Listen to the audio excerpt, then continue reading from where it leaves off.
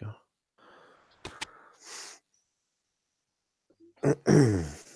Right, just give me That is sexy. hmm it is it? Is it? Is good? Yeah, I like it. I mean, I can't even access my playlists anymore. They Really? they yeah. I mean, that's something here is seriously screwed up. I cannot even access my playlists on my channel. This is bad. That's Ah, something YouTube is doing here that is just not working. Here we well, go. I guess that's just one more nail in its coffin.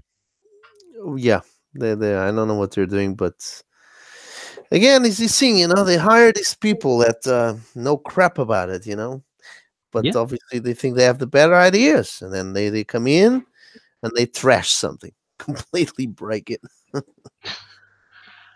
Well, I guess we'll have to wait for. I don't know. Are there any alternatives to YouTube out there? I heard about BitChute and all that.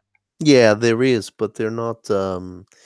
They're just really for archive purposes, like mines and Yeah. there's a couple more. I'm actually on them, but they don't really give you they don't, as basic as the facilities are on YouTube and as badly constructed the interface is still the only one with as many features.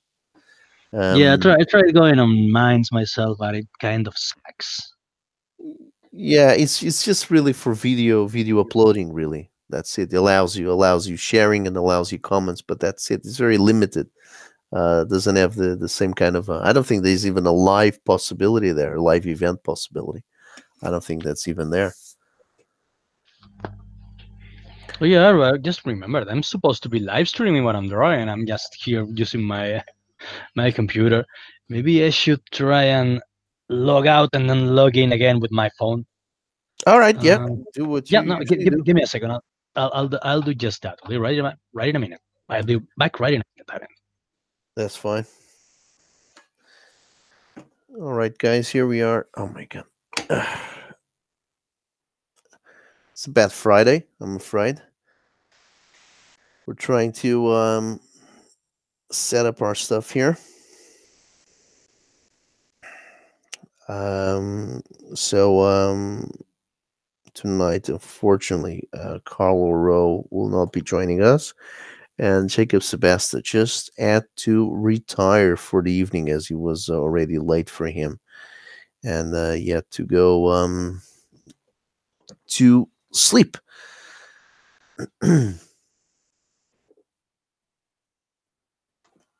Well, while we just wait for Canales, we'll have another standby here.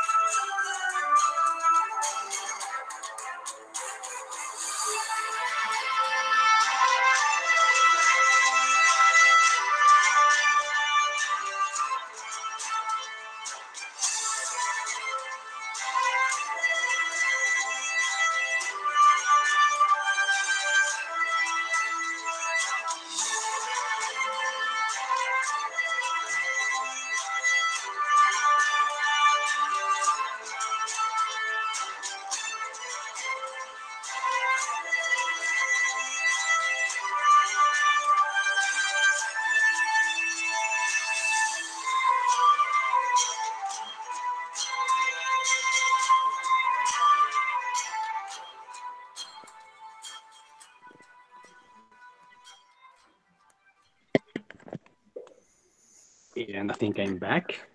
All right. So, what do you got there? Well, I'm not supposed to be showing you this, but this is Ironside's part two. Right. Cool. Well, it's out of focus, so don't worry too much. But it's cool. Let's have a let me fix the screen on you. So let's try and let's try and get as many plot spoilers as we can out of it. Okay. Now I can't see very well. Um, can you move it a bit down so we can kind of nose on the top panels, nose around on the top panels?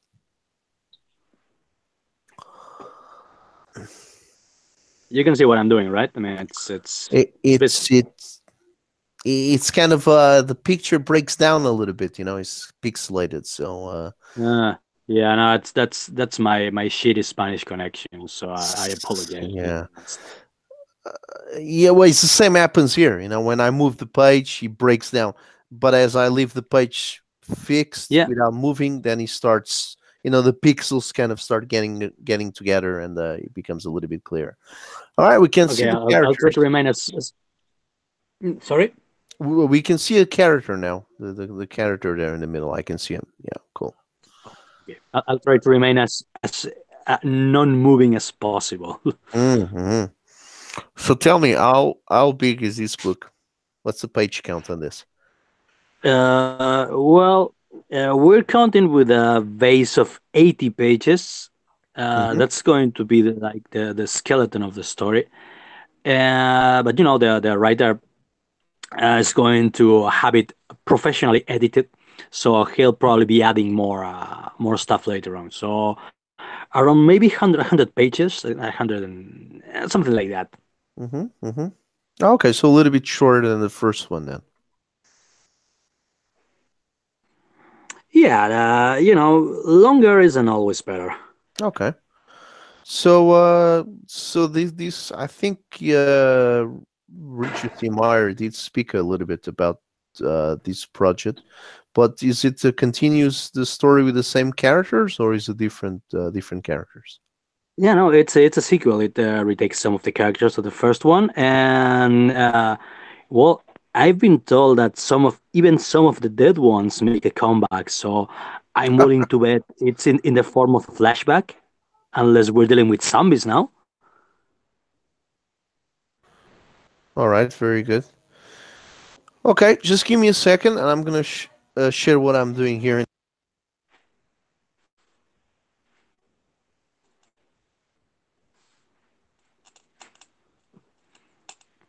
Whoa, that's my creepy desk lamp. I hope it isn't too distracting.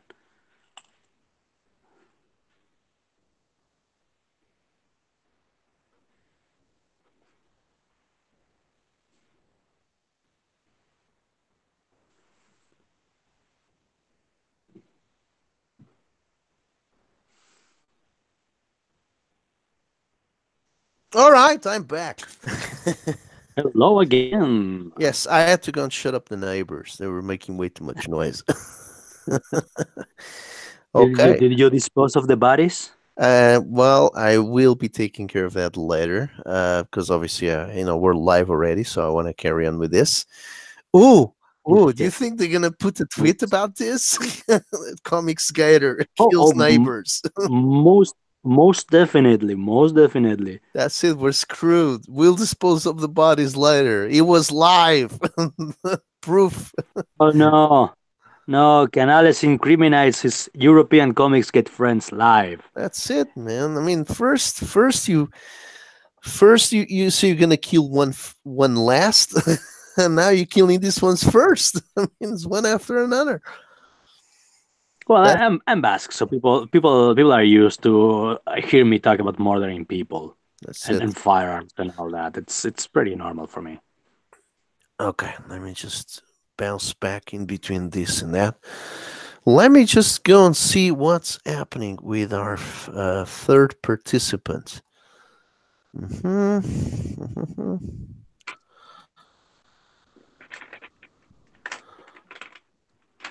Let's have a look here. There's no option to join. Okay, sorry, give me a second. Yeah, we have all night. No pressure. Great, you're there all night today. Very good. Let me just go back here, see what's happening with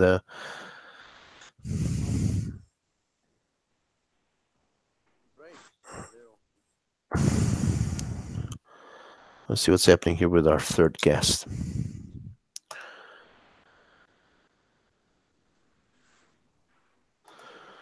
He's having troubles logging in.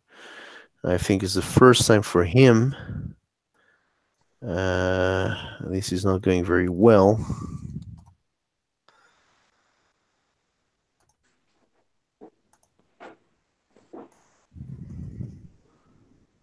I sent him the wrong link, obviously. I sent him the link from one of the previous streams that I had already canceled. So you send him to the past. He's trapped in a time loop. Yes, he bounced his head against the wall, I'm afraid. I need to stop being such a science fiction nerd. Well, that's fine. Time traveling is usually the best.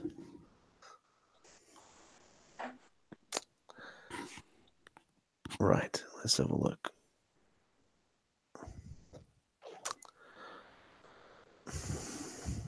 Okay. I think we're set now. Okay, let's go back on Canales. Oh, wait, I can see there's someone else here now. Hello there. Oh, hello. So Go ahead. hi, do I have Karl? Who hosts that? That's me. Let me Brilliant. increase your sound a little bit. Okay, I got the microphone here. Let me just move it a bit closer. All right. There you go. It's fine. On this side, I can also punch your sound a little bit higher, so it's fine. Canales he's got a new headset, so it's coming nice and clear. All that you have to be careful is if there's any echo from the video there. If you're watching the video there, you have to lower the sound or put some headphones on.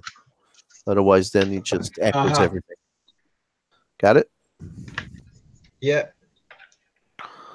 Cool. Check them on. Yeah.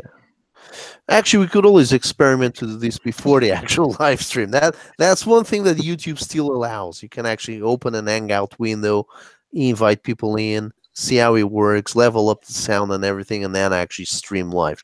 But, due to lack of time, we went straight in. Awesome. There we go. Oh, are you streaming through are you using OBS by any chance?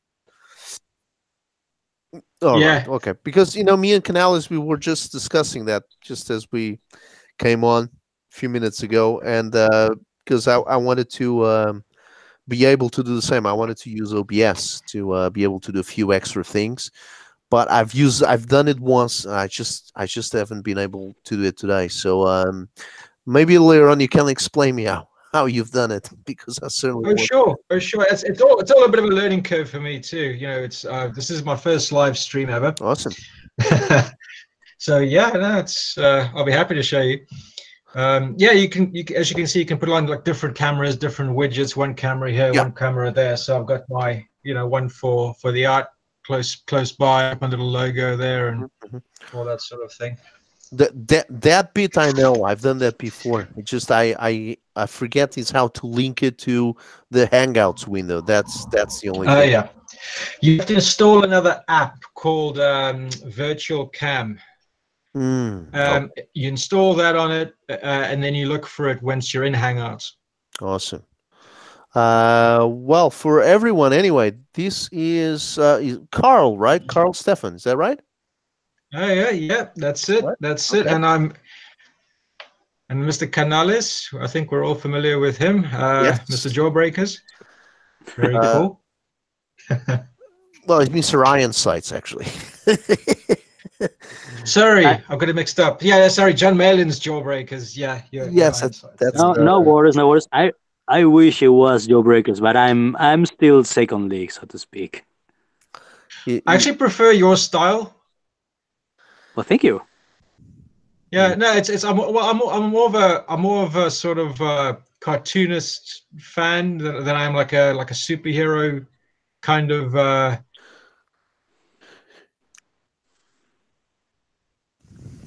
I'm still getting this echo for some weird reason. I'm hearing myself compliment. No, we're people. hearing you okay from here. From here, you sound okay. Yeah, I mean, I've seen Karl's work on his online pages, and there's some pretty awesome stuff he does. And he's currently working on he's getting this book together, right? Called Mary Boys, and I think it's quite cool. I don't know if you want to. I could share some of the pages you have here, do a little screen share, unless you have some way of sharing it from your computer or your laptop. I don't know if you have that possibility right now. No. That's No, fine. I don't. I'm still trying to get the hang of this thing. Yep, that's fine. But yeah, if you got something, yeah, share away. That would be really happy. Yeah, let me have a look. See, problem is that I got some stuff here, but it's a bit small. Do you have? Let me just have a look here. Oh, okay, you got a blog spot, right? Because I had seen that before. Oh yeah. That's maryboys dot blogspot.com. He's got some arts on there. Yeah, that's right. And I wanted to share your pages for this book. I don't know if you have any scans of the black and whites. I'm just having a look at it now because I was here once. Okay. Well, why don't you tell us a bit about the book, though? What is it about? It's basically. Sorry, I'm just trying to turn the sound down because I keep hearing myself, and I just want to see if that's going to make any difference. The best thing to do is. Second. Sorry, dude.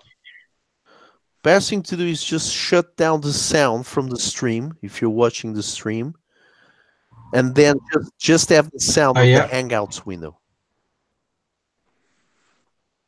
Right. Okay. So. Because the here. Okay. So that's if I turn the. Yeah. Because the Hangouts window will give you. You will listen to us. You will listen to me and Canales. You won't listen to yourself though. You will only be listening to yourself. Well, through your headphones, whatever. So is it that top bar that says settings? Is it there, or where do I control it from if I'm looking at the screen? What do you mean, the Hangouts window? So is it this? Yeah, well that's the Hangouts window. So you leave that one on, and if you're looking at the stream as well, just completely void the sound on the actual video of the stream. Not so this on one. That window. No, Are you watching the stream left separately? Yeah. To add to the hilarity, I think I lost my camera. Can you guys see what I'm drawing? Well, we can see your computer. No, you're dead. Right? It suddenly disappeared. I don't know why. Oh, right. Okay, you were on the phone, wasn't it? Yeah. Yeah. Well, probably you ran out of battery. Oh, wait. No. There it goes. No, I got it hooked to the net to the power outlet, so I should be good. Yeah, you're good. You're good. Yeah, I thought of everything. I'm a smart Spaniard. That's very good. Okay, back. Here we go. Yeah, here we go. Microphone. Okay. Voice. Play sound test. Is it voice or studio? I don't know. Yeah, well, you should be fine. I mean, actually, I don't know how people do without their headphones because I always have to have the headphone. Otherwise, the sound will be coming out from my speakers, picked up on by my microphone, and then it will echo. So yeah, I've got them in actually, but I'm still getting that echo. Oh, okay. It's kind of weird.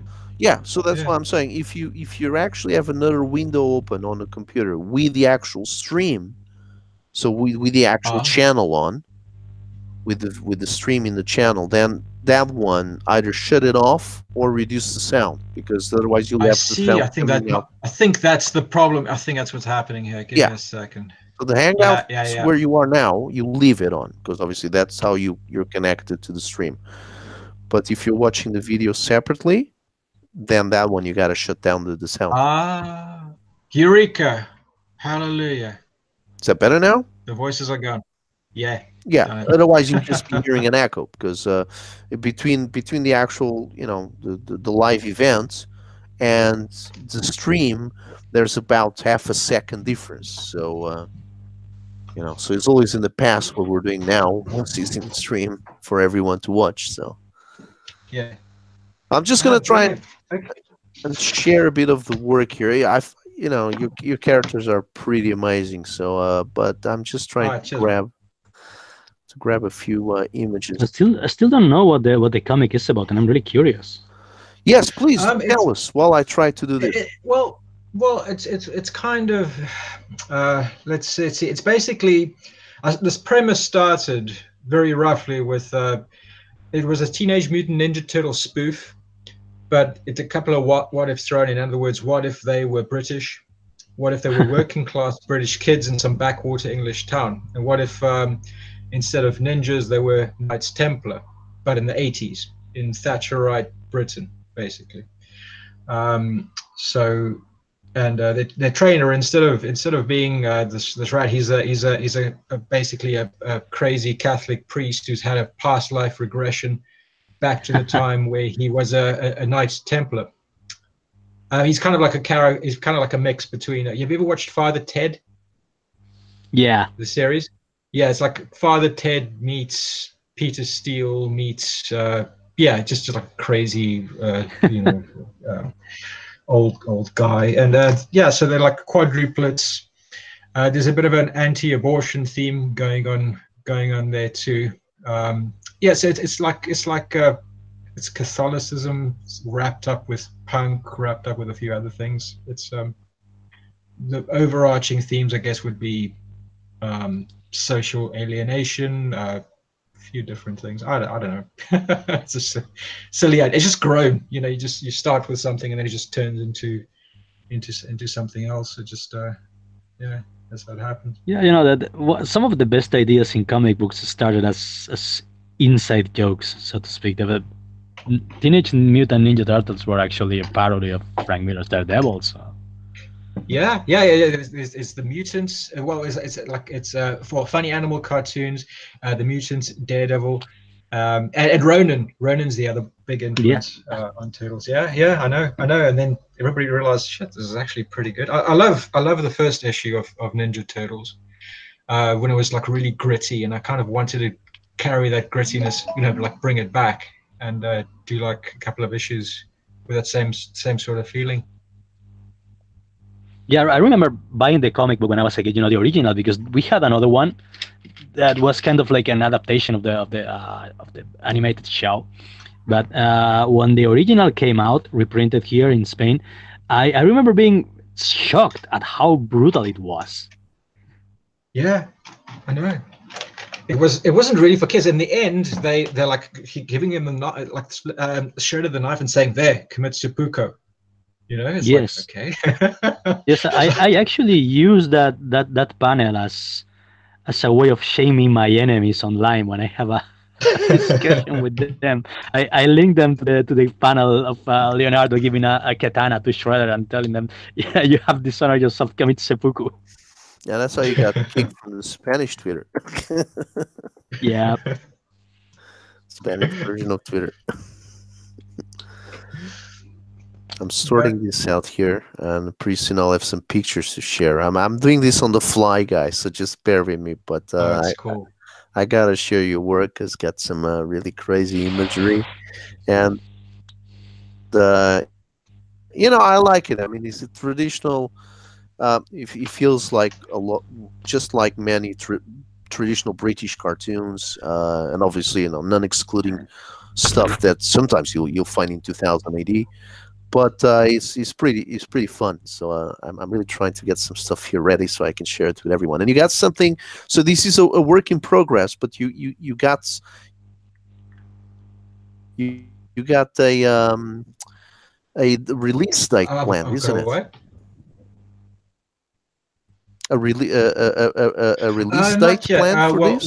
what it's going to be, I want to do an Indiegogo, and then just do the self-publishing thing, and then if it gets financed, maybe approach a publisher. But I'm kind of disenchanted with indie publishers.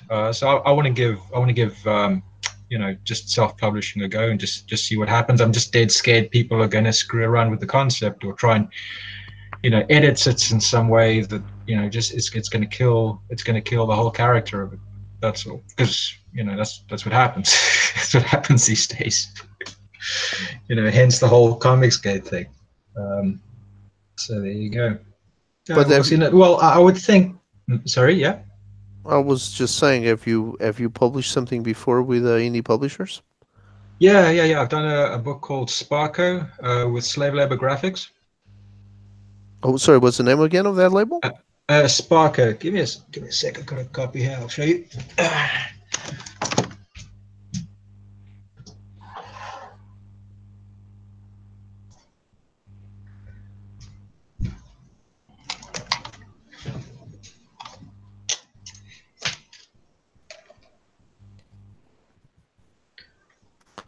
Here we go. Yeah. Sparkle. Yeah. Looks really good.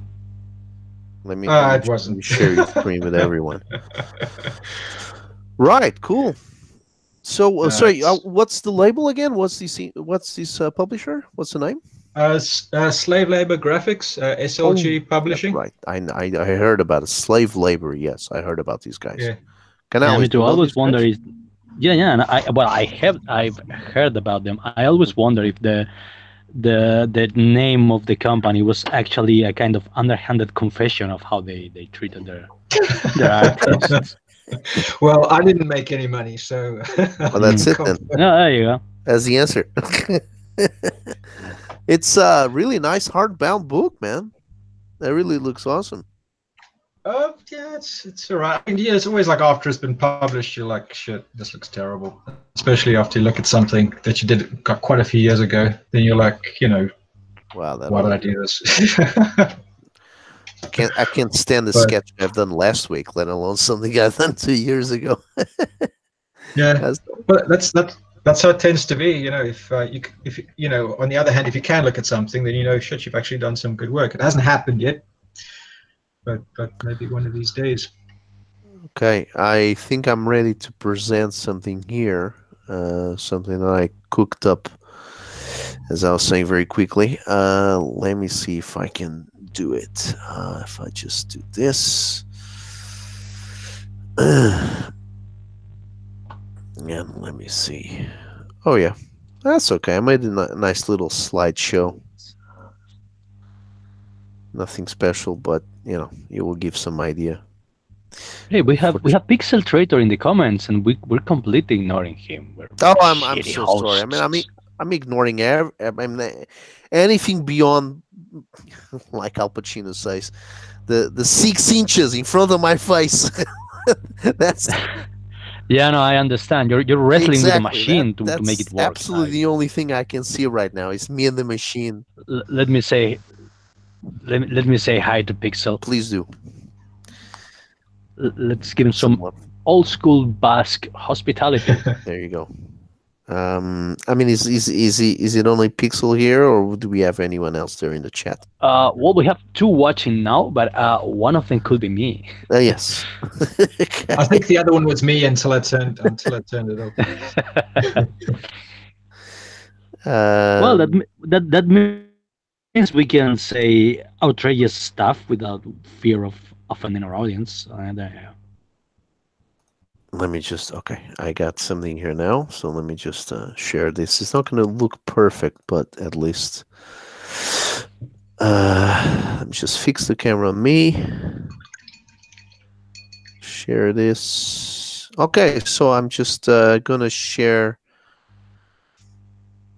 the work here of our guest today. So this is part of Merry Boys. Is this, if you can see this now, is this your cover by any chance? No, in fact, that's quite an old pin-up. Actually, I'm actually going to redraw that. Hmm.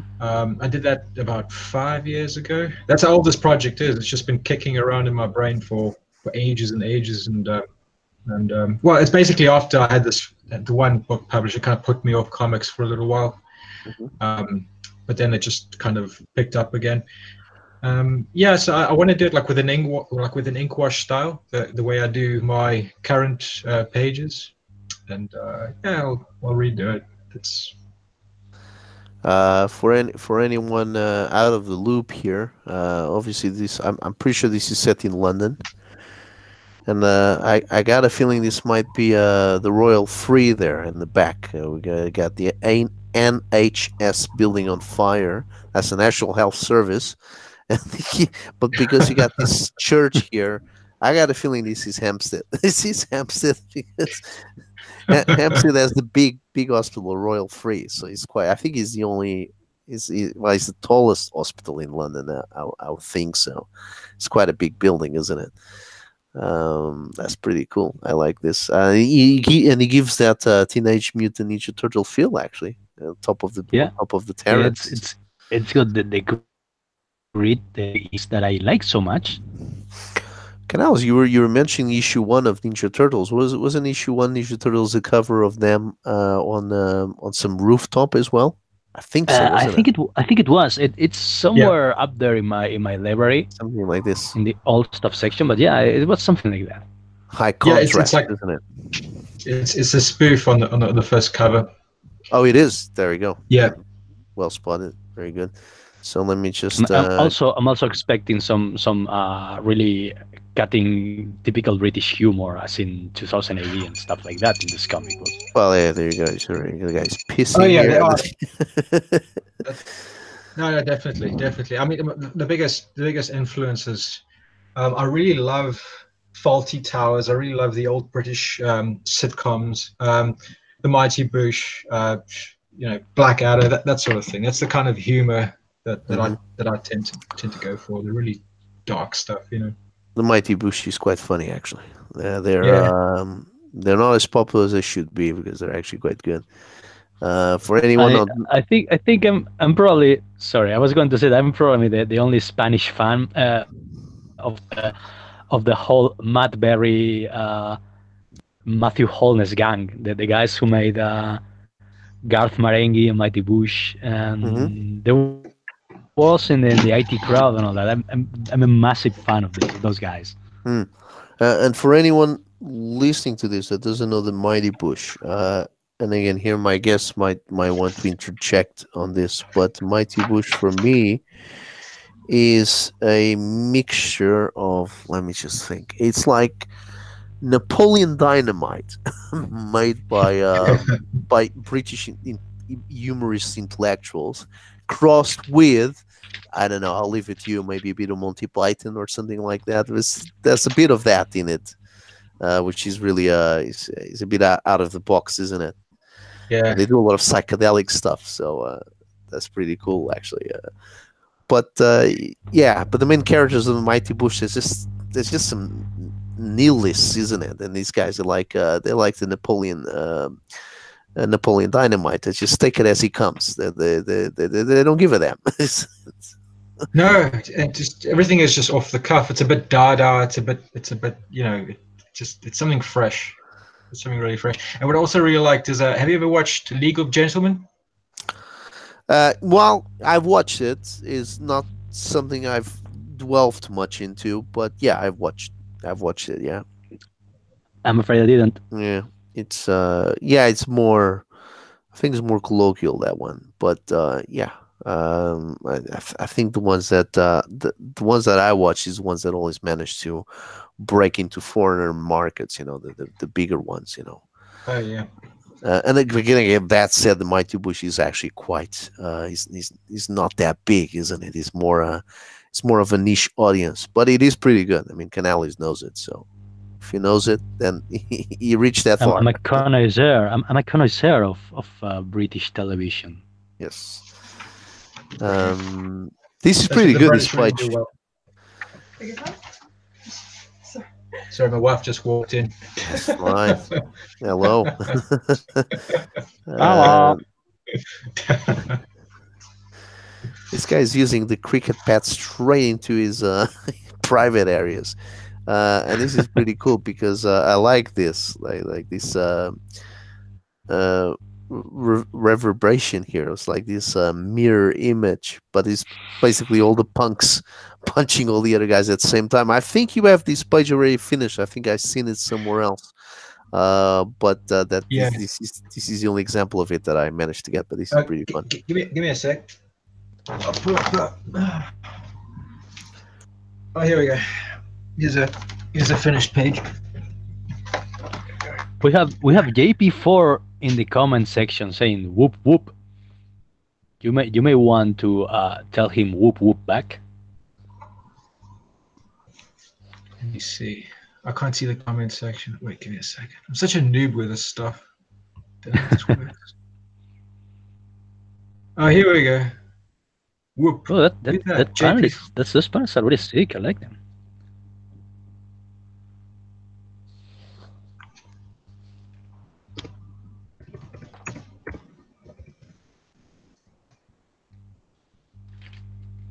There we go. I was just Really wondering, cool. can you move it a little bit to the right and then just make it a bit flatter against the camera, and then we can all see much better. There we go. Right. So it's like for this. It's what I was going for. I'm really a fan of old Mad magazines with more Drucker, Jack Davis, that sort of ink wash style. And I was trying to recreate it for this book. Yes, I like that one. The guy there with his mouth being stretched and the peels being thrown into his mouth. I used to use ink wash tones before my Photoshop days. Now it's Photoshop is cleaner and faster, but I really like that style of art. I miss doing it live, by hand. Yeah. Well, It does take long. It does take longer. That's Yeah. the only sort of downside to it. JP4 says he's got 5 more minutes of work left. So he's going to be here for the next 5 minutes. Well, we were hoping to entertain you very well, but unfortunately, technical difficulties on one side, guests dropping out on the other one because one has a tummy ache, and the other one had to go to sleep because he's 2 hours ahead of us. So but let's try and do something here anyway. And I rarely take my clothes off within 5 minutes of meeting someone. So sorry. Wow. Now, Canales, I wanna present Canales' screen to everyone. Let me see if I can, because every time I try to, it just goes blank. Yeah, I don't know why. It's it's my shit internet connection, for which I apologize one more time. What are you working on? Is that an Ironsides page that you're working on? Yeah, I'm not supposed to say so because Zach told me to keep it as discreet as possible. But yes, I'm inking a page of Ironsides Part 2. Brilliant. No, it's looking good. It's looking good. Like I said, I prefer the style. I prefer, I'm like if you do like the Walking Dead, the first artist Tony Moore, Yeah, his stuff. yeah, Tony Moore. I prefer that to the rest of the series because it's got that style. It's got that style. It isn't just trying to recreate reality. Yeah, I agree. It's got this stylized approach to things, and it's also like really gritty, and it has texture and weight to stuff, and I really like that style. Yeah. Mm-hmm. Okay, my wife is trying to cross the room, and she's obviously had a lot to drink when she went out smoking. Give me a second. I thought she was laughing at my tastes on comic book art. Like, oh, that asshole likes Tony Moore. I'm sorry. She just because I got this camera up, and she had to crawl past because she doesn't want to be on live stream. Yeah, here we go. Yeah, just to say, My Jacob wife doesn't like is comics. not here. Yes, Jacob is the Oh, one that. let me reply to JP4. I did indeed. JP4 is saying, yes, you worked on Iron Sights. I did. I did. It was tough at first. Then I got used to it, and then I began enjoying the thing. And now I'm enjoying this part of Iron Sights even more. Um, you're enjoying this book more than the other one? Yeah, because I keep saying this, but I don't mind. If you guys don't mind hearing me yapping about it, I don't Go mind for it. telling Go the for story. it. But yeah, the thing is that I'm used to drawing like over the top things like aliens and monsters and stuff. And Zach had me be really grounded and be really, at least try to be realistic, you know? So at first it was like a chore for me. I had to like keep it like I tried to I pitched the idea to him to make it like you guys remember Death Blow from the 90s from Image? Deathblow, no.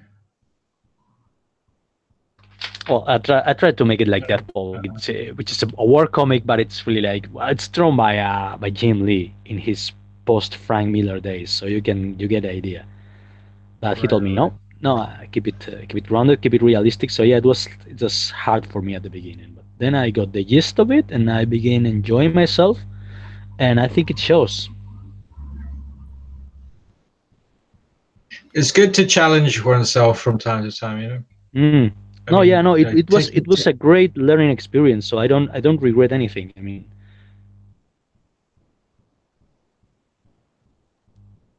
no, it's looking good. Looking Listen, good. is When the you sorry, yeah, go ahead.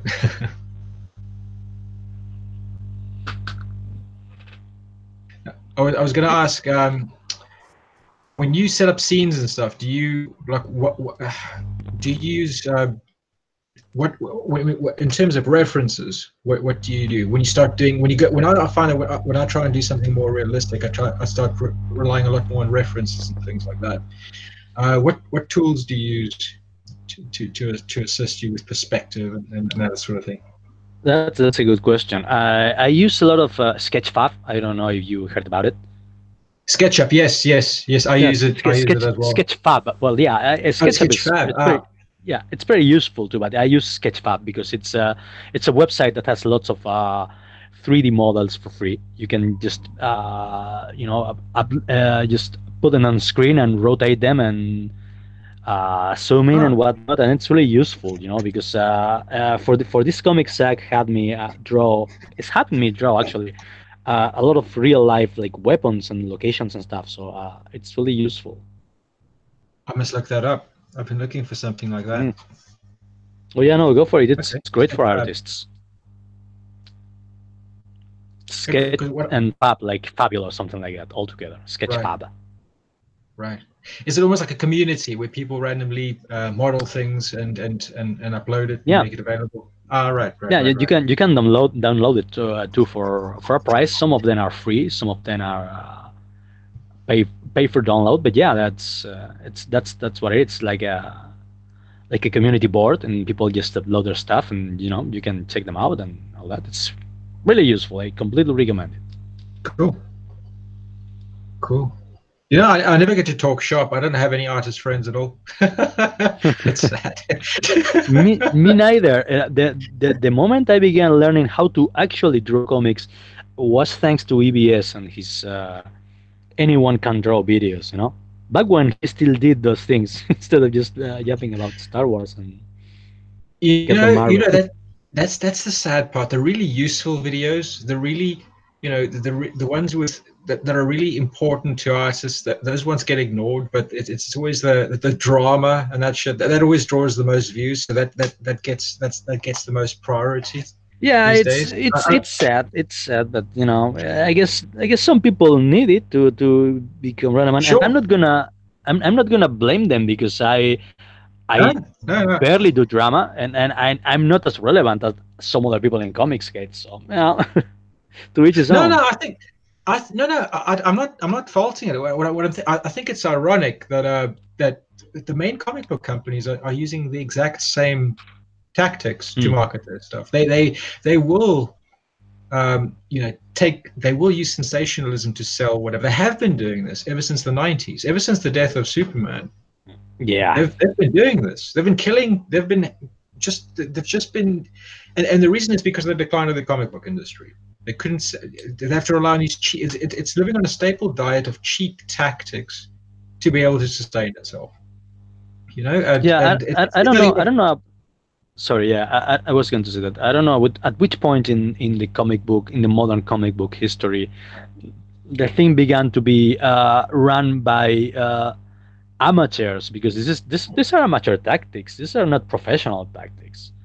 But I guess it was at some point in the 90s with the whole variant cover boom and all that. Yeah, that is when I stopped reading. That is honestly when I stopped reading superhero comics for the most part. It was the death of Superman. Then I thought, because I was like a teenager coming of age and stuff, and I was starting to read Vertigo stuff, and I thought, okay, they killed Superman. This is going to be like an existential journey. The other characters are going to be. It's going to be almost, they're going to have to become Superman. They're going to have to grow and be better characters, be better people. But no, they just brought him back again. No, we're just having a funeral with Swamp Thing and Batman. What, Swamp Thing? I'm so out of the loop. I haven't read Swamp Thing since Alan Moore left the title. That long ago. I know that they relaunched it with the New 52, but I have no idea what it's about. No, wait. I think I'm confusing it, because no, I'm talking about the death of Swamp Thing, in which they did a funeral with Batman. Right. I think I'm confusing the two, but yeah. We have a Serial Dragon in the comments saying stupid drama. Yeah, I agree. A Serial Dragon, stupid drama. But hey, I don't know. I'm just some guy drawing comics. Canales, the death of what? The death of Swamp Thing? Yeah, they killed Swamp Thing, except not in the usual sensationalist manner. It was I guess Karl, you read the story, right? When they in the Alan Moore run, they somehow severed his connection with Earth, so he can't regenerate his body, and has to project his consciousness to space. But for people on Earth, he's technically dead, because he's nowhere to be found. He's in some alien planet, reincarnated as some kind of red cactus. Right. That's during the that's the Alan Moore time. That's the Alan Moore. Yeah, that was the. I really like that run. Yeah, that's a long time ago. Yeah, before liking Alan Moore became trendy, because he wrote Watchmen and all that. No, I really liked Alan Moore's. I think that's my favorite Alan Moore work. There's something. Yeah, mine too. Actually, it's got some beautiful stories in there. It really transcended the genre. No, Alan Moore's like I don't care for his politics, but he's just an amazing author. You can't argue.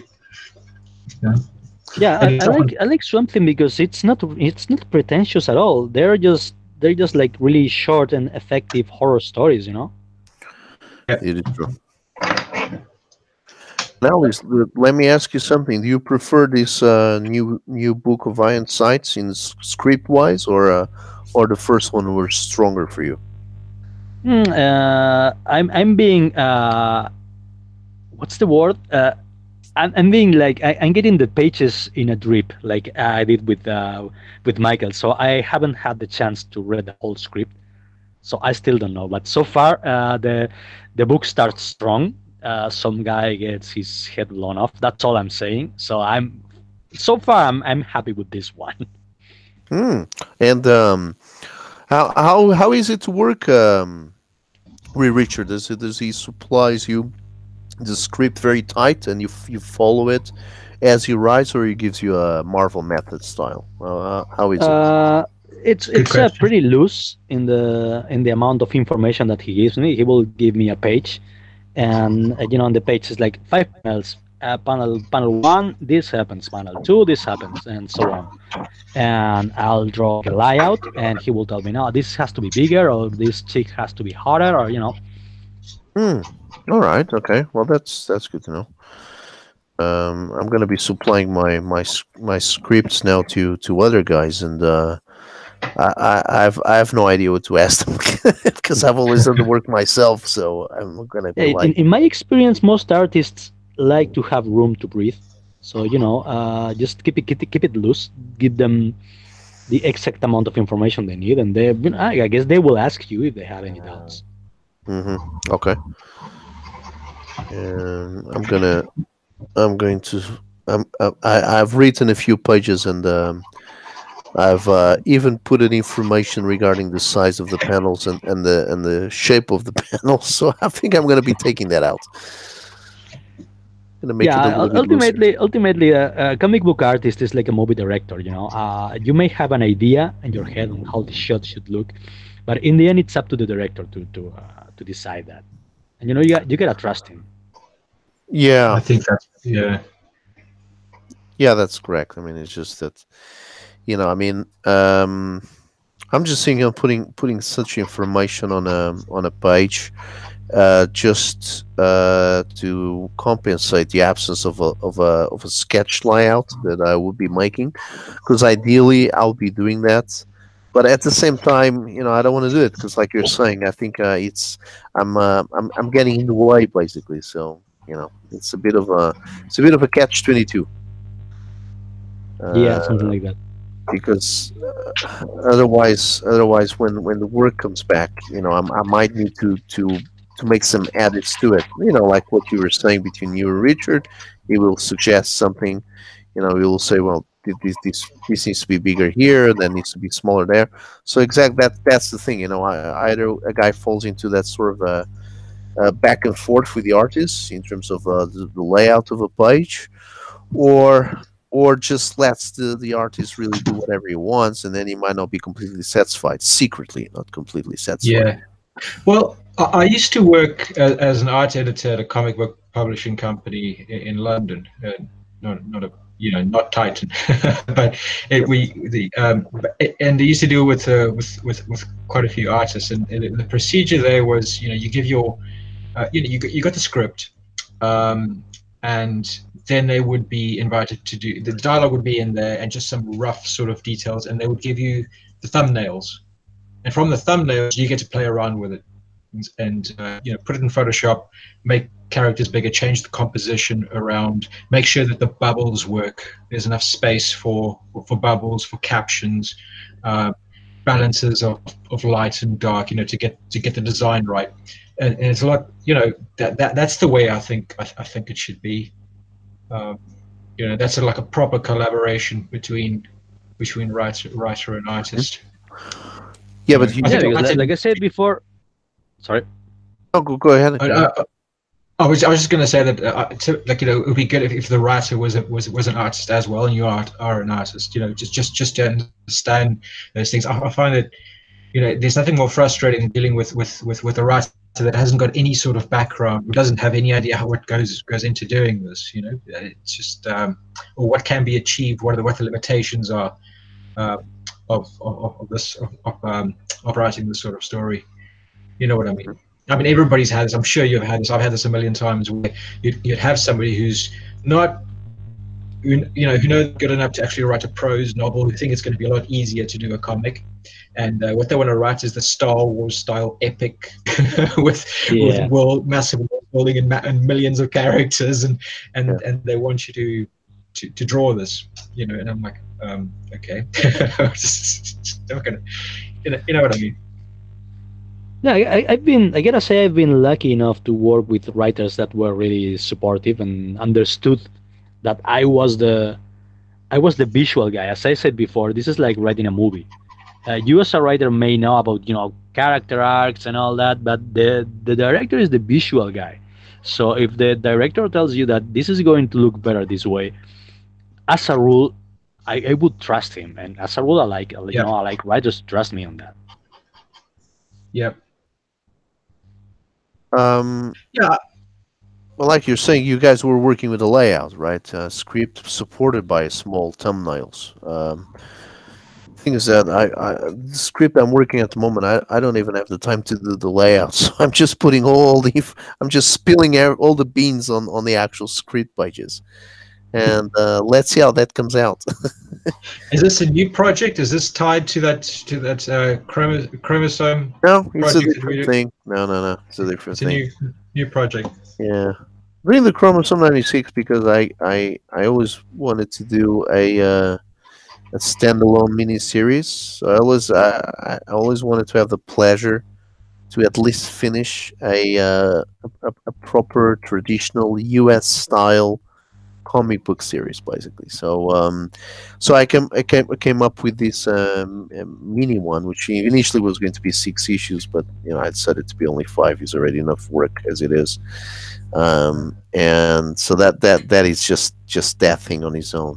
And now I'm just going to I have a series of scripts, uh, a few ideas kicking around, and those I'm going to be supplying to teams, which will be completely different from book to book, different styles, different stories, and yeah, and then we'll, see what we're going to do with that. One by one, see how well they're going to be received. Is it going to be what anthology style stories? Is it going to what's the overall Oh no, genre going to be? all the ones that I've planned, it's just 2 or 3. They're one-offs, standalone graphic novels, and they're gonna. Right. Well, the first one that I'm working on now, and I'm going back and forth with the artist. That one will be something not very big, something around 40 something pages, and it's just a stark, a well, I won't say flat, but a little bit. It's black and white, basically, but black and white, but not a very dark black and white. It's a very sketchy style black and white, basically. And and then after that, I got something else planned in the region of a little bit more, about s- worth about 3 issues size 3 issue size, like about 60 something pages, and that one will be a traditional science fiction story set in space. It's kind of Die Hard in a space cruise, so it's a pretty fun story. Nice. Yeah, and that one will have a. I'm trying to find, desperately trying to find someone that has a Joe Madureira style. If I find a Joe Mad stylist, which I found already, I actually found one of the guys that worked with him. That Joe was his mentor, but he's not available for sequentials. That's the problem that I'm kind of banging my face against, is because I find these guys through a few connections, but then they're just not available for. They're quite happy to join the project, but they just cannot afford to do 60, 70 pages of that thing, that sort of thing. They're probably available for maybe 4 or 6 pages, almost like a proof of concept, but not for the whole book. And I don't want to go ahead with these projects unless I have the correct team for it. I have this idea in my mind. We're talking about directors just before. So just like Orson Welles, I'm stubborn. Mm. I got this idea that it has to be like that, or it's none at all, basically. So the stories work with a particular kind of lines. So if I don't find the right artist for it, I don't go ahead with the project. It's as simple as that. So I completely agree on that because Yeah. I've experienced comic books that had a decent script. They're fairly good, but they chose the wrong artist for it. And no matter how good he was, because it wasn't a matter of quality, he just wasn't right for the story. I remember clearly a case of. Did you guys remember that movie R.I.P.D. with Ryan Reynolds and the dude um, which one? Jeff Which Bridges? movie? R- uh, R.I.P.D. RIPD, Rest in Peace Department. Oh yeah, yeah, that was okay with Ryan Reynolds. Yeah, Yeah, that's the one. It was based on a comic book Yeah. that was actually also pretty decent with demons and whatnot. But they had this guy who draw like also in a kind of Joe Madureira style. But it was a horror comic book, and it was action horror, so it didn't really fit the comic book, and it was really distracting. It took me out of it constantly. Really? It didn't Who's work your, for you then? for interest's sake, Sorry? who's your favorite horror comic artist? I mean, if you want to read a horror comic, which kind of style? Mm, if I had to choose, I would say either Richard Corben Uh-huh. or shit, forgot his name. Oh, Bernie Wrightson? Yeah, Bernie Wrightson is also Yeah. pretty good, but I Bernie like Wrightson. this Spanish guy, the guy who drew Kraken. Oh man, Oh, yeah. I keep forgetting stuff live. Your favorite book? Bernet, Jordi Bernet. Yes, that's right. How could you forget? How can I forget? He's one of my favorite artists. Exactly. It's your favorite book. You did a whole episode about it. Yeah. See, By the way, this is why you shouldn't take up boxing, kids. It's bad for your brain. exactly. I wanted to Oh, ask you you box something, too? actually. Oh, really? Yeah. Well, real books like like that episode of Seinfeld, yeah, where Lorraine shows up and says, "Look, I got a new batch of friends." Yeah, Oh, yeah. this was a real Torpedo. book. Torpedo. Yes. I see you are a man of culture as well. It's on my list. I'm not going to say I'm familiar with it, but it's on that list of books to check out. It looks quality. It looks really good. Right up my street. I mean, I'm a big fan of. Sorry. No, I was a bit of an endophobe because I don't really like much of my home country. I kind of hate it actually. But Jordi Burnett is not one of those things. I've always been an admirer, and I love the shit out of this guy. It's one of my biggest influences. Yeah. Listen, Canales, you uploaded a video the other day, which was a painting session on your computer. Probably yes, the one in which Um, I'm coloring a necromancer. Yes, that's right. So, hey, what exactly happened on that video?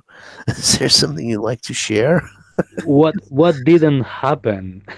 I Yes. mean, it Actually, was a bit of everything. Shitty connection. Not as we were discussing before. Not really understanding the new YouTube interface. I couldn't time lapse the video. I couldn't speed it up. you And know, it's sorry to interrupt. It's like this for me. It's like it's modern art. You know, sometimes I'm thinking I'm below this. You know, I don't understand it. So I'm looking at it and I understand what happened, right? I'm just figuring, how did he manage? Because I can't do what you did, man. It's how is it possible that you're filming that and somehow you actually see the program, you're seeing the interface. So why didn't he capture the picture in the middle? That's why I'm wondering, how did this happen? yeah, no, I'm wondering the same thing. I don't understand. I remember Albert Einstein saying, trying the same thing over and over again and expecting different results is a sign of madness. Well, Albert Einstein never had a router or a laptop, because you will try the same thing like 75 times, Yes, and the 75th times it will work with no explanation given. that's right. And it's always a different result every time you use it. So Yeah, the guy had no idea So- what he was talking about. get your heart out, Albert. That's right. Computers aren't scientific. They're emotional. They're emotional beings. Totally. Computers is magical. Everyone knows. Very good. Yeah. So what's the plan for the Merry Boys then? How big is that going to be? It's going to be in total it's 42 pages, but it's going to have a lot of art pieces in it. And I want it to be two issues, two traditional comics long, and that's just stylistic choices because I want front covers, I want back covers, I want pin-ups and things. I mean, I thought of doing it as a graphic novel, and I thought, I like it just to be floppies, and yeah, just do the Indiegogo. I mean, and everybody seems to be doing Indiegogo instead of Kickstarter. So yeah, do that. See what happens with it. You working on a page or is that concept art? This is just I'm like just doodling. It's just because this is my first live stream, so I'm like a little bit too scared to work on the actual page because I'll probably just cock it up right now. Hmm. So I thought I'll just warm up with a bit of a doodle. Right, we got Paulo Costa here on the chat. No, it's not an artist competition, I'm afraid. We're too old and too tired for that. Well, not Canales. He's a young man, and just finished dinner.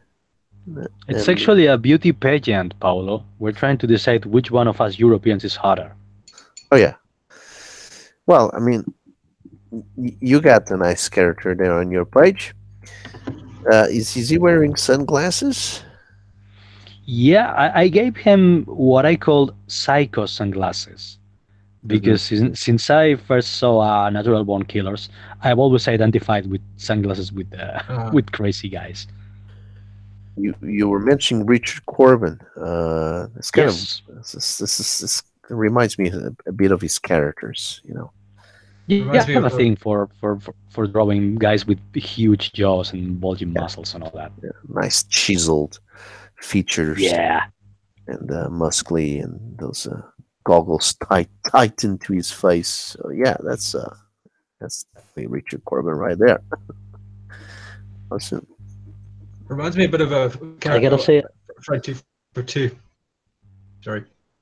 no, it's okay. I was going to say nothing important. Please go ahead. Sorry, it's the lag. I always feel like I'm talking out of place. Yeah, No, I was just happens going to to say me too. it looks like a Front 242. Don't know if you know that band, like an industrial band from Yes, the yes, yes, 80s. yes. From Yeah, from yeah, yeah, yes, of course. I yeah. I I, I went to a heavily industrial period in my mid 20s. Oh, Yeah. cool. Well, we've got a lot in Not common then. Both Bucks. We both like industrial music. Yeah, like too like too comics bad a too little bad bit you're too. married and I'm straight. But yeah, I would totally date you, man. And you're in Spain. Where? Yeah, Yeah, it's going you to be know, difficult after Brexit. I wouldn't be allowed to travel and see you. true. No, it always happens to me. The most interesting people I know are always offshore somewhere. Yeah, it happens. Happens. Yeah, I don't know anybody who's into comic books. It's just no. Like you talk to them about the stuff and they go, "Yeah, that's very nice," and yeah, change the subject. Yeah, people here only talk to me about their jobs and how drunk they got last weekend. That's all they talk about. So it's like, it's kind of boring. Yeah, well, and you find with if you start boxing, then yeah, the drinking stops too because it just kills it kills your stamina completely. And Yeah, you really feel. I don't know what it is. I mean, with rugby, I've played rugby. I've done a bunch of other sports, but the drinking just messes you up a lot more with boxing. I think it's just a much higher level of stamina that you need, to do your yeah. thing. I think that it got something to do with the quick bouts of energy that you use to punch, and that really burns you up. It's Uh, that ethanol that you have to burn through in your system. You're just, yeah, it's right. You need to generate a lot more energy very quickly. With rugby, you kind of run a bit. Yeah, it's different. It's different sort of. Yeah, rugby is like, I don't know, because I never trained in rugby myself, but it sounds like it's more like steady cardio. You just run and then do something related to strong. But boxing is more like hectic. Yeah. that guy that you drawn there, Canales, it definitely reminds me of. Wait a second. Let me see if I can remember this. I think it's a British comic. Um,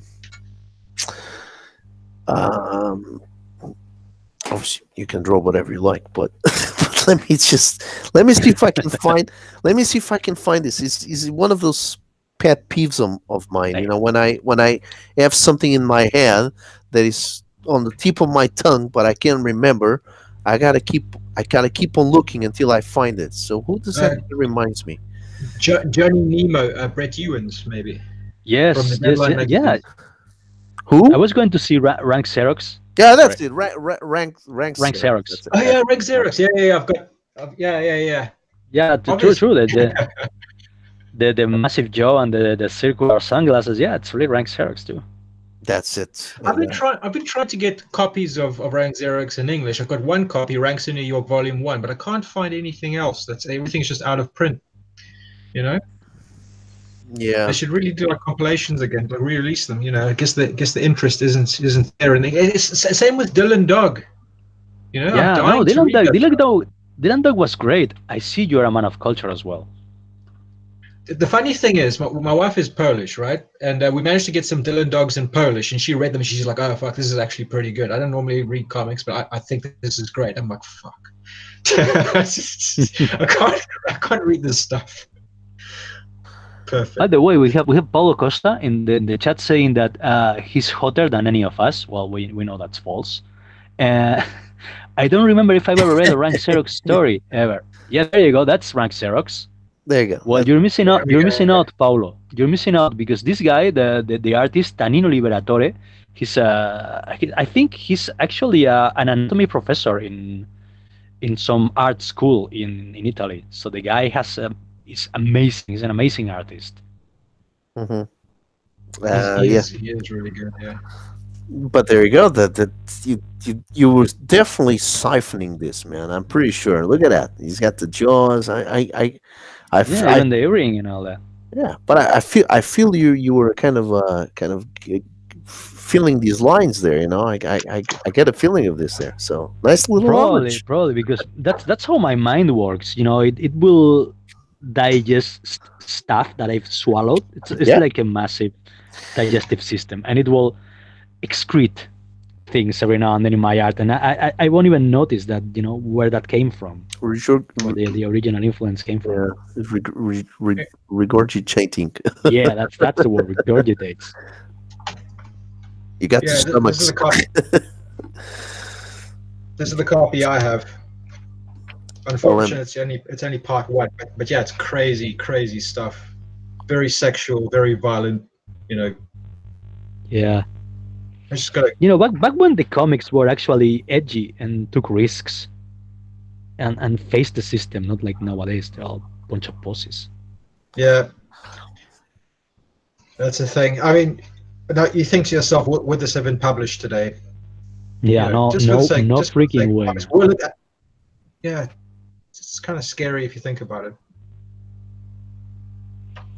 Yeah, they Yeah, completely no. neutered comic books. I mean, stuff like the one I used to read when I was like, I don't know, 16, and we had this comic book here in Spain called El Víbora, the Viper, so to speak. And it would publish like underground European stuff like Rank Xerox or I don't know, Simon Beasley, stuff like that. That was my first contact with British comic books, El Víbora. And I was reading old stuff from 1996, something like that, and half of it would be unthinkable nowadays. Oh yeah. It's like we're going backwards. I mean, people have to realize it's only entertainment. Like the recent study of violent video games, everybody's been saying, "Oh, it affects people," whatever. No, there is no connection between violent art, violent entertainment, and actual real world violence. Actually, It's not just like there's a take a point drink.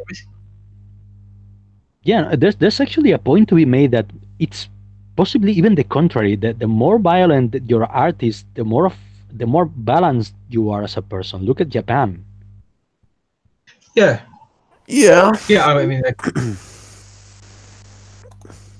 Yeah, okay, I they agree. do I mean, have like a. Sorry, Yeah. like again. Yeah, the point could be made. But the Japanese really are a culture apart. So I mean, it's difficult to pinpoint that using the Japanese. I agree with you, but it's difficult. I mean, the Japanese are by tendency, especially. This is actually very interesting, actually, because the phenomenon now in Japan. Well, I would say in the major cities of Japan, but Japan is one major city basically, which is a couple of coastline towns and the big park where Mount Fuji is. But beyond that, it's just one big city. And now, obviously, there is this social phenomenon and I forget the name of the actual Japanese name for it, but he's basically this sedentary person that just stays at home and literally avoids every contact with society. And he's both man Yeah, and that's woman. a hikikomori. That's it, yeah, Kikomori. Grass, Yeah, grass eaters, I think. Yeah. So Japanese. I know because I've been called that. Oh well, we all been called that, Yeah. but not by that name, obviously. But we call like pervs and No, loony. no, I've been actually called a hikikomori by my friends. So, Wow, yeah, very lucky. That's nice. If they actually yeah. call it by I the like to think official. that my friends are really culturized. You know. Yeah, that's right. But the funny thing is that just for you guys to see how aggressively annoying this is, I was actually watching two documentaries, and I do have them saved here somewhere, so that's actually something I'll be quite happy to share one of these days on one of the social medias. But the funny thing is that I've watched a French documentary about it, and the French documentary was very impartial. He was studying the case studies, and he was showing for both men and women, basically. The problem. So he was studying the problem. He was presenting the problem, and then I saw a BBC documentary on it as well. And the BBC documentary was completely partial in saying that this was a male problem only. Yeah. So sounds familiar. Unbelievable. So, like or don't like the media in France, I'm not a particular big fan of it. But at least those guys went to the effort of actually making something which was, was a linear narrative on it. Was just really showing what is happening and studying the problem. Not being gender biased. But the funny thing is that exactly the same case study presented by a different nation, and it's completely partial. So saying it's just a bunch of basically what now in the cultural war is being presented as the lonely white male. Obviously in Japan, they're all Man white. beard, basement dweller, and all that. Yeah, the mummy boy and the Which the I Japan am, boy. okay, but that's not the rule. I'm just an exception. I mean, Exactly. That's a problem, isn't it? That's not the truth. That's the thing. It's not the truth at all, and it's a serious problem. It's a problem that big cities tend to instill into people. The feelings of that you're not adequate and of isolation, and the city moves too fast for you, and you're left behind. Culturally and socially speaking. And so yeah, it's a broad problem. So the Japanese are difficult to pinpoint. But where did he start it? where did I went? Why did I went to the Akikomotos or whatever they're called? What were we talking about? What was it? I was trying to make the point that if your art is violent, that doesn't necessarily make you a violent person. That's right. That's what it is. I don't know if you gentlemen have seen a movie called Tokyo. I'm gonna also do a search here on that, and I'm gonna screen share. Tokyo is a very nice movie from a few years ago. It's a Japanese movie, and this is kind of also a group of four small movies put together. So it's four different stories. Uh, but the stories are pretty much that. It's about all the individuals in these different stories, and they're kind of fantastic stories as well. They're pretty much very much that sort of individual, so isolated individual, that feels Yeah. marginalized, and that's always the case in the big um, metropolitan sprawls. Usually people that actually they're more sedentary, that actually spend more time at home and enjoy the video games and all the violent games and all that crap. They usually are completely harmless people. We're talking about the hardcore guys. They're really just, again, the akikomotos, the guys that spend way too much time at home. They have very little No, to but do that's social life. I think that's a cultural thing because I think Japan is a slightly schizophrenic country because they have they like new stuff, and yet they cling to, and not necessarily as a bad thing, to like old school samurai style values, and that kind of fucks up with people. I think that the hikikomoris are young men that can't see themselves fulfilling the role that society has, should prepare them to, because it's moved on to more modern times.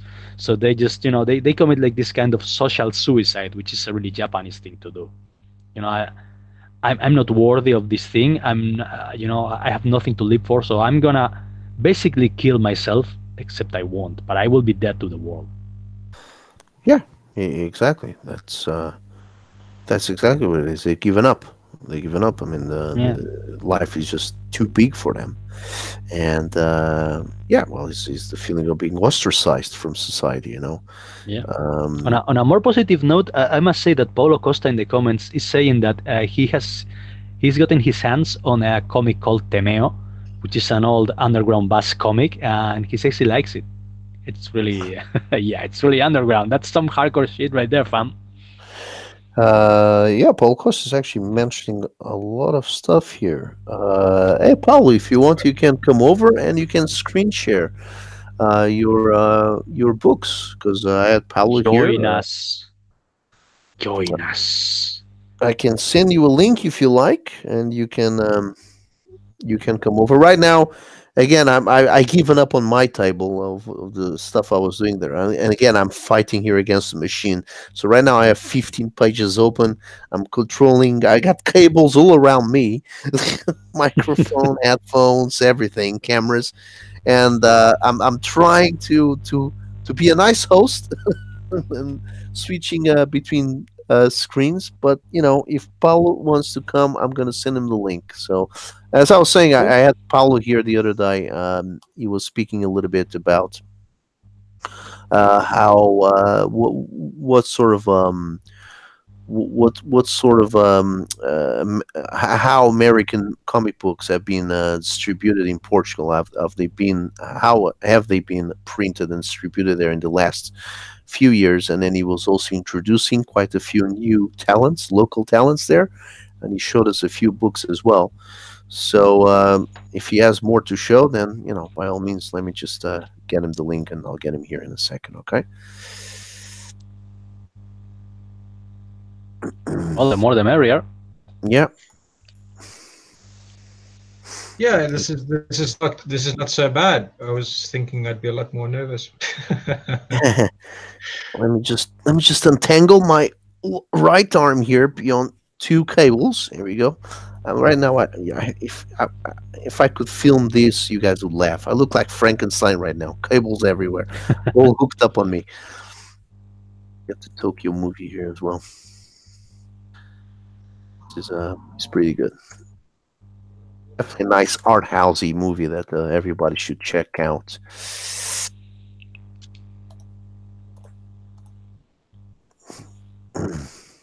Right, so I'm sending the link here to another guest, and just screen sharing this here for you guys to see. This is the movie that we were talking about.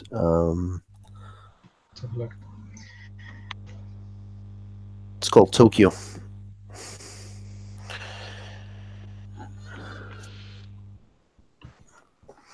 Yeah, looks good.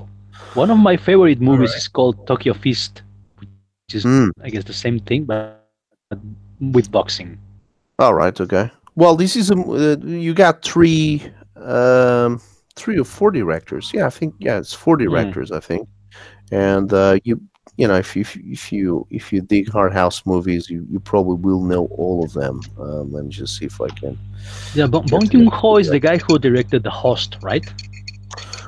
Yeah, one of them is the host is pretty awesome actually. And the other one, well, then you got the French director, which is yeah, I used to remember exactly what each one of them was more famous for. Again, I cannot bloody open these things. Why is that? Well, guys, I have to drop out. I have a family emergency, so to speak. So, right. if you guys are still, yeah, I do have family. Hey, Paulo. There you How's go. it going, guys? All right there. Hey man. Yeah, I'm Well, gonna show I'm happy I didn't leave yet. I'm gonna show the comic that I was talking to Canales about. This is Temeo. There you go.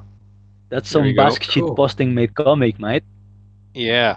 No, I got this. We have a monthly dinner for comic book fans in Lisbon, and and we raffle some old comics.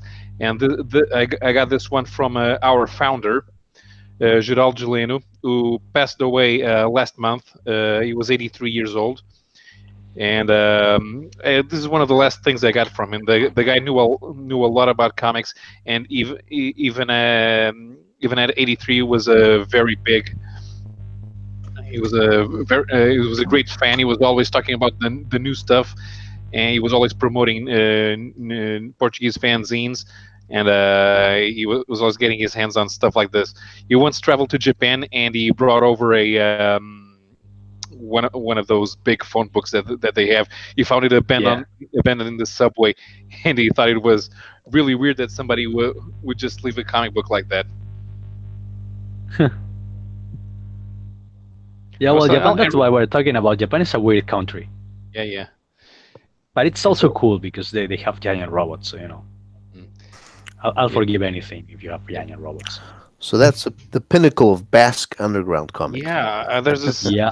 There's even one story in Basque here. Circulación Arotesia. I'm gonna. I don't know what that is, but okay. I think Ah, it's a guy getting stopped by the circulación. police. Can you raise it up a little bit so I can read it? Circulación Arautegui. Yeah, that's rules for circulation.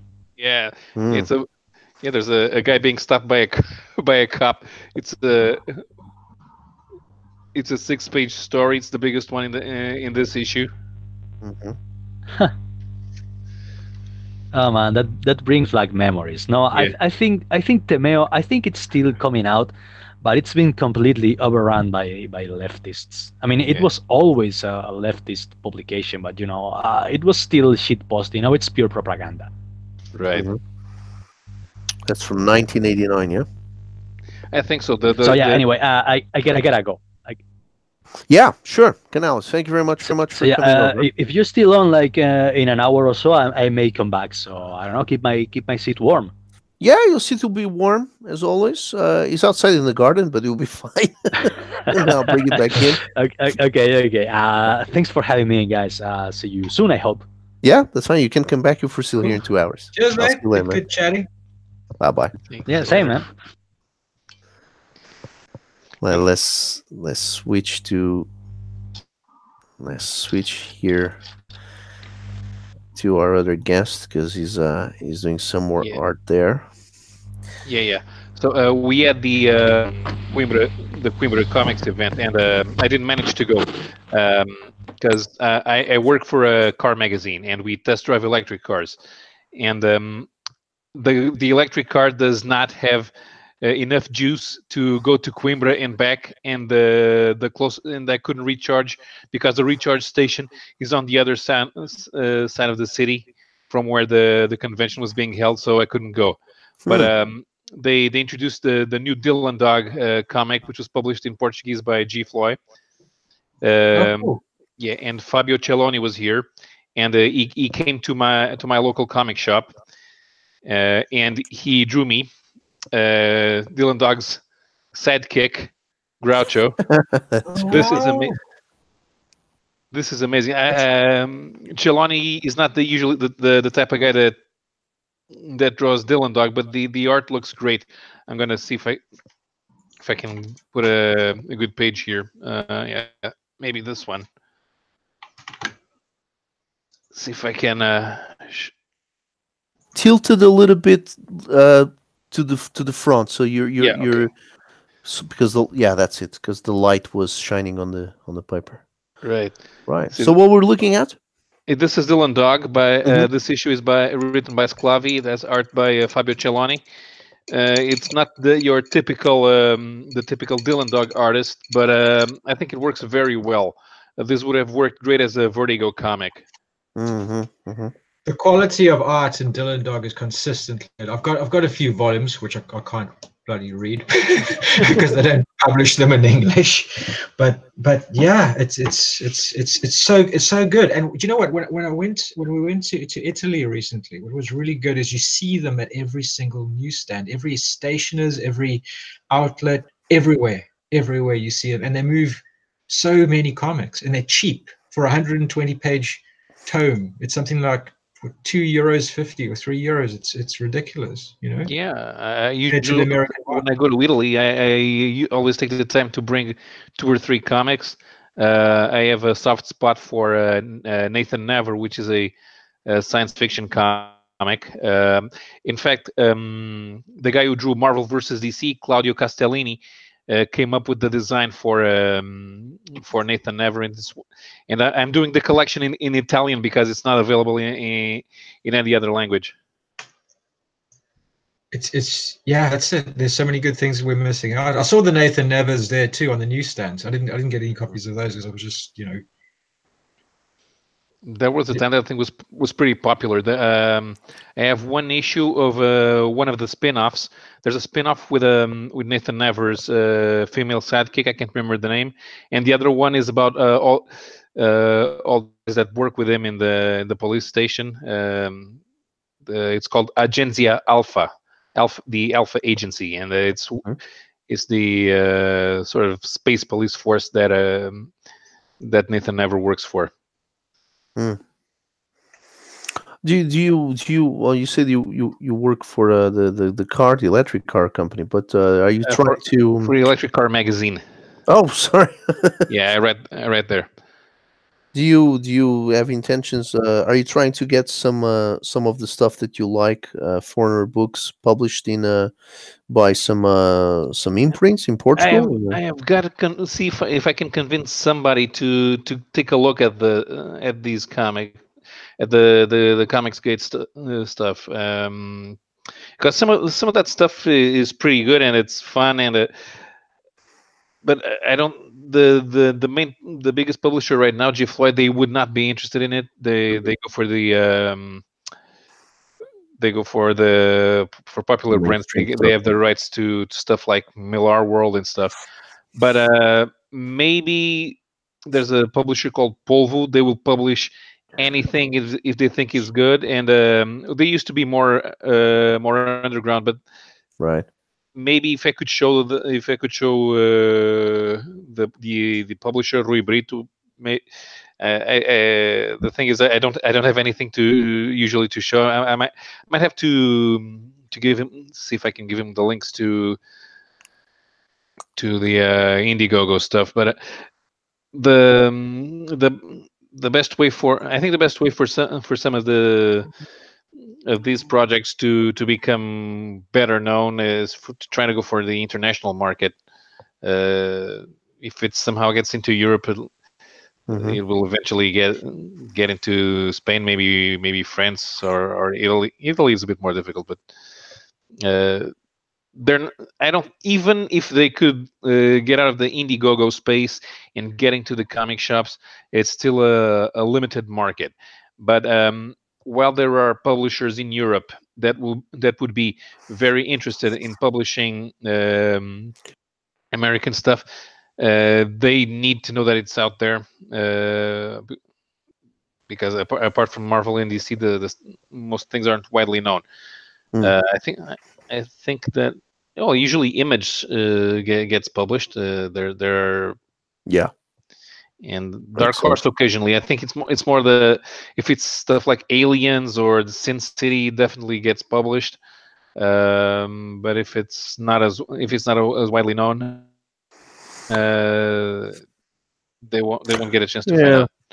But since the thing about American, these Indiegogo projects, they point towards the future that will have the artists taking more control over the way their projects are published, and if they have to find some new markets, they're going to have to speak directly to publishers in other countries to make sure that their work gets seen for by other audiences and in other languages. I think that's necessary. And just getting stuck in Indiegogo is not isn't going to do it. Well, yeah, that is true. I think it's the first step. I mean, what I would think is the next logical step would be having some. Well, first of all, an impartial sort of distributor. You know, because I mean, okay, Diamond's got an absolute monopoly, and it's broken in the sense that it only works on direct market. If you know, if I see that Alterna is doing good work and actually getting comics onto newsstands and getting them all over the world. You know, I had a friend who sent a photo of some Alterna comics in Poland, of all, you know, of all places, just all over the bloody place. And I'm like, great, this is exactly what you want, you know. Yeah, exactly. That's going to be the next frontier. That's going to be the next big thing, I think.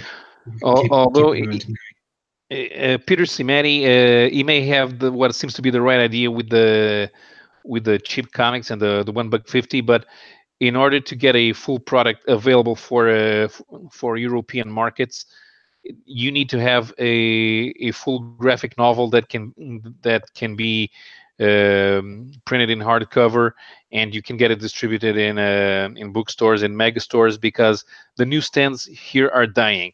And if you put out a collection of singles, it's even when in the places where you have comic shops, they're going to disappear among the crowds of Marvels. The best way would definitely be to have more graphic novels, stuff that's 50 pages or larger. If it's closer to 100 pages, the better. But don't think about small price points. They really have no influence on the on sales here. Most of the stuff I buy, they have 100 200 pages, and some of those go for 20, 25, sometimes 30 euros. But the quality the quality is worth it. Yeah. yeah, that's the thing. To be perfectly honest, if I look at my shelf, it is mostly graphic novels in collections. Yeah, no, I guess that's a point. Yeah. I mean, there's quite a few factors here of something that we would need to kind of lay on the table to discuss. I mean, this Indiegogo stuff, right? And not adding any extra label to it, like Comics Gate and all that stuff. But in terms of Indiegogos, right? I mean, there's three things here, well, more than three things, but really what it is first of all, this new. I mean, if you're talking about these American comics and now these American creators and now are doing these campaigns and all that stuff, I mean, it's a mixed bag. I mean, there's stuff there that obviously deserves to be published worldwide, and that stuff there that is too niche for that. You know, they will never pick up the interest of more than a few hundred customers. You know, but the thing is that I think because it is very much a localized thing, that is really is a reaction of the American customer towards some of the mainstream titles. I don't think it's so much a turn now to the indie world that has always been here, and it's suddenly now the indie world is oh whoa, they're all great guys, you know. I mean, most of the success of these Indiegogos, I don't think is based on that. It's just based on that there's quite a few interesting projects coming out made by a few professionals of certain name with quite a few years of career behind them. Yeah, and if you look at the art styles of even the new guys, the less well-known guys, we're not talking. There's this tendency to think of anything not Marvel DC as indie. Most of these projects would be perfectly at home. If they were published in France, they would be perfectly at home at a Dargaud or at a Casterman, and those are the big publishers.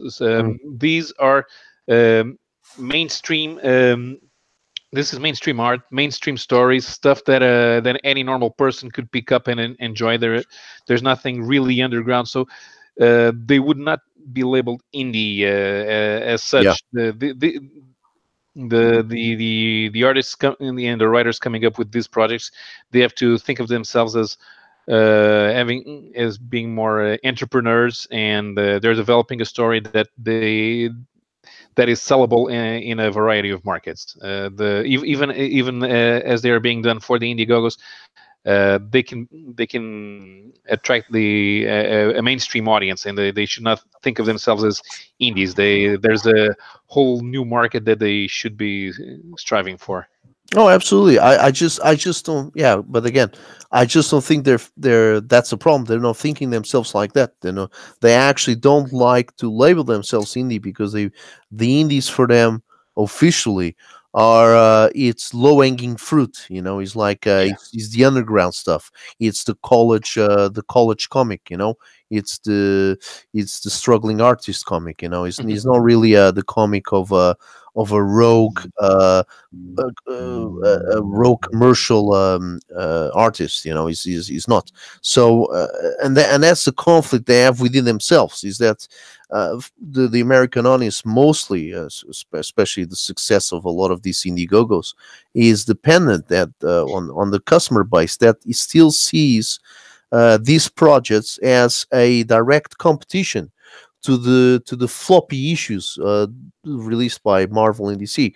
They want an option to that, Mhm. and that's, I think, it's again, and I agree with what you're saying. I think that's a mistake because really, like you say, these projects could go much far and beyond if they would be mostly like a graphic novel size kind of thing, so upwards of 50 to 60 pages, or more than that, hopefully, close to 100, and because size does matter, it becomes a respectful edition, and then obviously if it is beyond the Indiegogos, if they can get into a few deals with a few distributors even outside of the US, then yes, then they would be, like you say, they have value and they're good, but they will only be taken serious outside of America if they're seen as proper works that can compete against the international market. Well, right now the problem is that the mentality of the whole structure of the Indiegogo campaigns and who's buying and who's producing it, for me, is very much that mentality of all that they want an equivalent, an option to the mainstream, and Yeah. I don't think it works like that. I mean, not in long term, and that's always been my point of contention, because I think the you know again, I mean, there's mainstream and there's independent markets, but the independent market can be a mainstream as well. That's the thing, can be a mainstream on its own. So everything that we have in Europe is, they're all separated into different markets. There's a Franco-Belgian market, right, which is the biggest one here in Europe. But it's not to say that everyone else that is not included in the Franco-Belgian market is just a lonely underground comic. It's not. There's stuff of great value. Made in Italy, in Spain, and so on and so forth. So, but that's a problem. I don't think these Indiegogo comics still know exactly their place in the world. that's that's what I think is a problem with them. And I don't know if that will obviously help them to sell beyond their shores. I don't think they're interested. You see, that's the thing. I think they're quite happy in as long as these Indiegogos allows them to have a lot of street cred. Yeah, I'm And not. I'm not even sure they're aware of the potential interest that a foreign audiences might have in their comics. I mean, since we have people from Europe that are taking part in these projects, Mhm. trying to reach an American market, but at the same Yep. time, they could sell the comics that they're producing for this American audience at home, and I'm pretty sure that Canales would like to sell his Spanish, or maybe even a Basque or Catalan version of the comics is Yeah. being doing. Yeah. He Inside could go stuff. to the Barcelona Comic Con. Yeah, I'm sure he could. Although obviously, kind of, he hasn't antagonized most of his fellow art compatriots, but yeah, technically he could. But obviously, he's working for someone else, so someone else owns the actual rights for that those particular books that he's making. So, but yeah, but technically, yeah, but they don't see it like that. They don't think about international markets because the money they do at home, they're quite happy with it. You see that's the problem. So they never even for them outside of the U.S. is an alien world. Basically, they don't care much about that. I mean, they care when they work for DC and Marvel, but past that, because they're hired by a company, they're forced to go to conventions outside of the U.S. But beyond that, they don't really they're perfectly fine doing that stuff for their own enclosed customer base. So Yeah, I think that Ethan Van Sciver could convince some of these people to try it out. I mean, as a former DC artist, he is well aware that his comics are available in other countries. I think even the format that is publishing Cyberfrog in, um, it would be accepted in oh a yeah, in a French publisher. I think he's doing 48-page stories for the new series, so it could come out as album sized.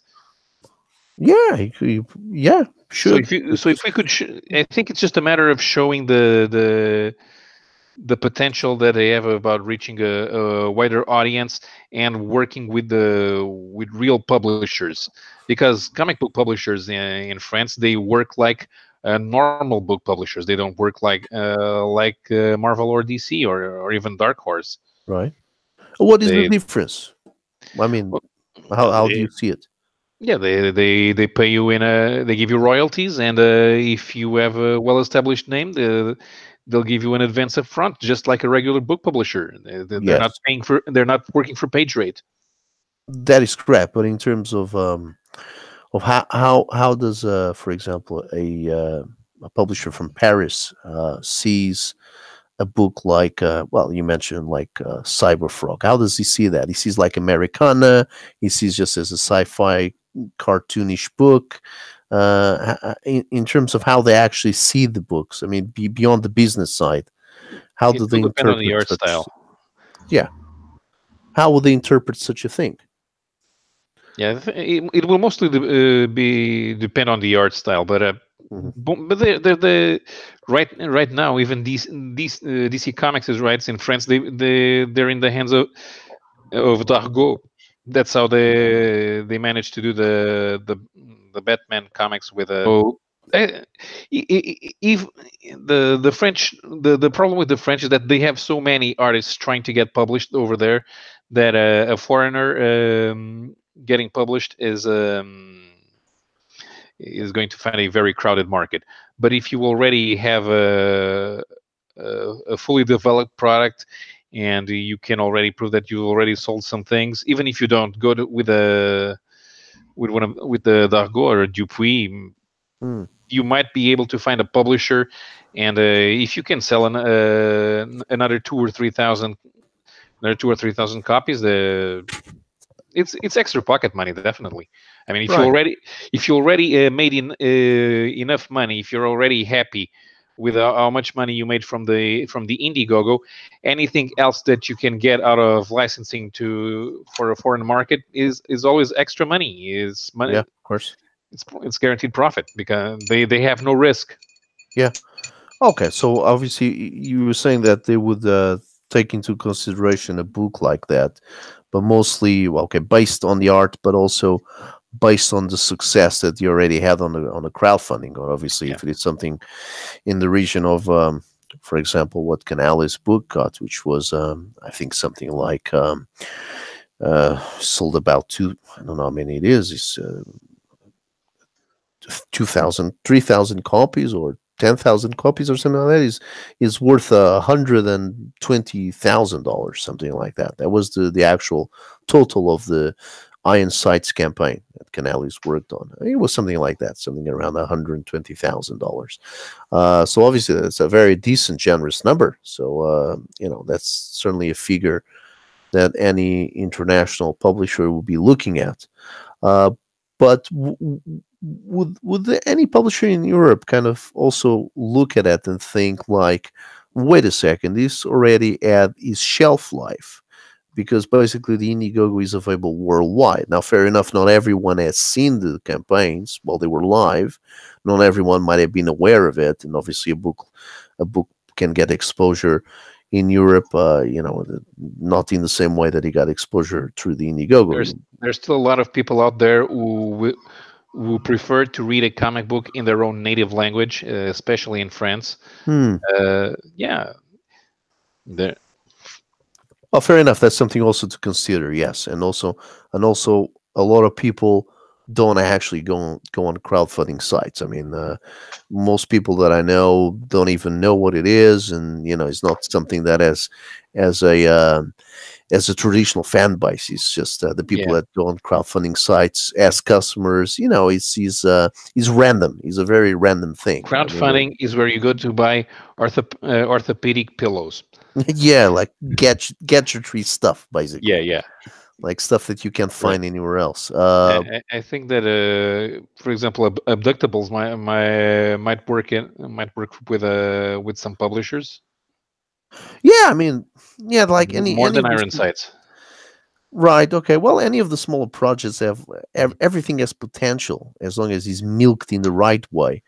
I'm While I'm thinking, all I'm wondering is if a proper publisher, something like a Dargo, something big, something respectful, besides the point that they might choose or not choose the book based on the art and what art they're going to choose, or what sort of a book they're interested in. But in terms of the business aspect of it, and again, because no, the let's say, if you put, let's say, 100% of potential customers, they probably will look at the customer amount that went on Indiegogo and purchased the book. How much of that percentage would you say that Dargo would believe that it was the amount of sales through a crowdfunding campaign? Not sure if I'm explaining the question Well, properly. in some cases, they would probably expect even a larger sales volume to want to take a chance. The thing about this Indiegogo thing, the crowdfunding is still a very new method of getting in touch with potential customers, and these are comics that are not available in stores in the United States. Yeah, So, or anywhere else. or anywhere else. There's a possibility that you're going to have some a little bit of work explaining to the publishers what you're trying to do, and why we're going with this distribution channel instead of something more traditional. Uh, Even though the internet is the basis for a lot of businesses that don't need to exist in a physical sense, Yeah, there might still be the idea that they're going with crowdfunding because they can't get a publisher interested. So yeah, if this is presented to them as a new uh, cultural movement, they might be aware of more of the potential market that they have here. These are people that are not getting published on traditional publishers, not traditional because they methods. can't, Yeah, yeah, not because they can't get in, but because they don't want to. They make more money doing the things themselves. Uh, the thing with going to other countries, that you're going to have extra work, because obviously you're going to have to translate, which means that you're going to have somebody else getting inside the business aspect. mm, So it's a little bit of control that they will have to relinquish, hmm, um, yeah. because They got to hire someone for that, for the yeah, translation and all that. right. I mean, but I would suppose that a publisher obviously has done his homework in terms of understanding what the crowdfunding is and why it is there. And obviously, hopefully, you would understand things in the way you just explained. That these are people that, again, they don't want to be published through the conventional means, and they prefer to do this. Although, it's a lot of personal work. But at the same time, that could always be seen as a weakness. The guys that are on Indiegogo's. I don't know if the bigger publishers would see it like this, but maybe even medium-sized publishers would probably see these guys as just like what you were saying. Maybe these are people that they're not good enough to be published by the mainstream, and so they go Well, on being these published by channels. the mainstream or not, it there would definitely be a certain degree of the editors criticizing your work, Oh yeah, well that's always. because the French are they don't mollycoddle you. If they see something wrong with your stuff, why did you do they're going to say, why did you do this, why didn't you do that, what are you trying to do here, could you change maybe a little bit something here, and they're not like they're not like Tom Brevard. They don't say, "Oh man, this is the best work you've ever produced. I am so glad I'm publishing your stuff." No, they never say that. Yeah. Hmm. Well, then another reason why these guys probably, and everybody else on Indiegogos, and that probably prefers to stay on Indiegogos, and they won't even bother themselves to even look at the possibilities of getting a few more crowns just by translating the book into French or into Italian or whatever. So maybe that's one of the reasons that they really don't want to go beyond their local market, because again, it's just going to be more hassle, and they're going to have to put the work through scrutiny. I mean, if the French publishers are heavy on editing a book in such a manner, I mean, could they even request someone like Ethan Van Sciver, look, we don't really like the third act of this Cyber Frog book, can you change that? The last 5 pages, we're not happy with that. And obviously you would say, oh, screw off, man. I'm not going to edit Yeah, anything but else for you. they would do that But to. They would definitely do that to Uderzo, and they would do that to Hergé. So, Well, there you go. uh, That's the answer. Ethan Vinskav, are you saying you're better than Hergé? Exactly. Well, yeah. come on. Yeah, Oh, well, that's that's the whole appeal of crowdfunding. There, okay, which is also a massive. You can also screw everything up in that way by not having an editor. I think it would probably be best if you did have to have some semblance of independence to look at your work when you're doing an Indiegogo. But just that idea of, there isn't somebody who's trying to inject their politics, trying to, sterilize your story.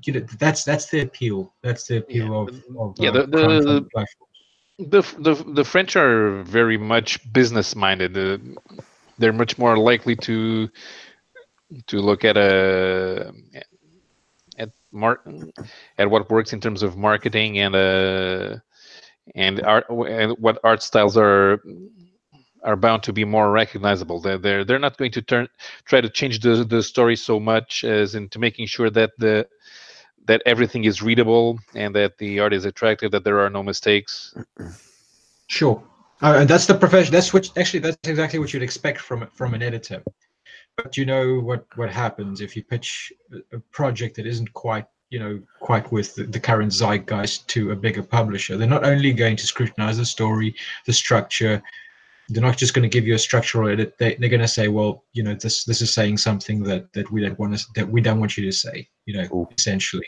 And Yeah. That's Yeah, but it. because the European publishers, they don't think of themselves as being represented representatives to other media. They have to make money from publishing. They're not going to try to inject ideas in there if they can make sure that those ideas sell. Because if they don't sell, they go out of business. Mhm. This is not That should like be. they don't belong to big media groups. That they sometimes they do, but the publishing is not there to provide storyboards for a multimedia adaptation. The publishing does need to make money, otherwise there's no point in it being there.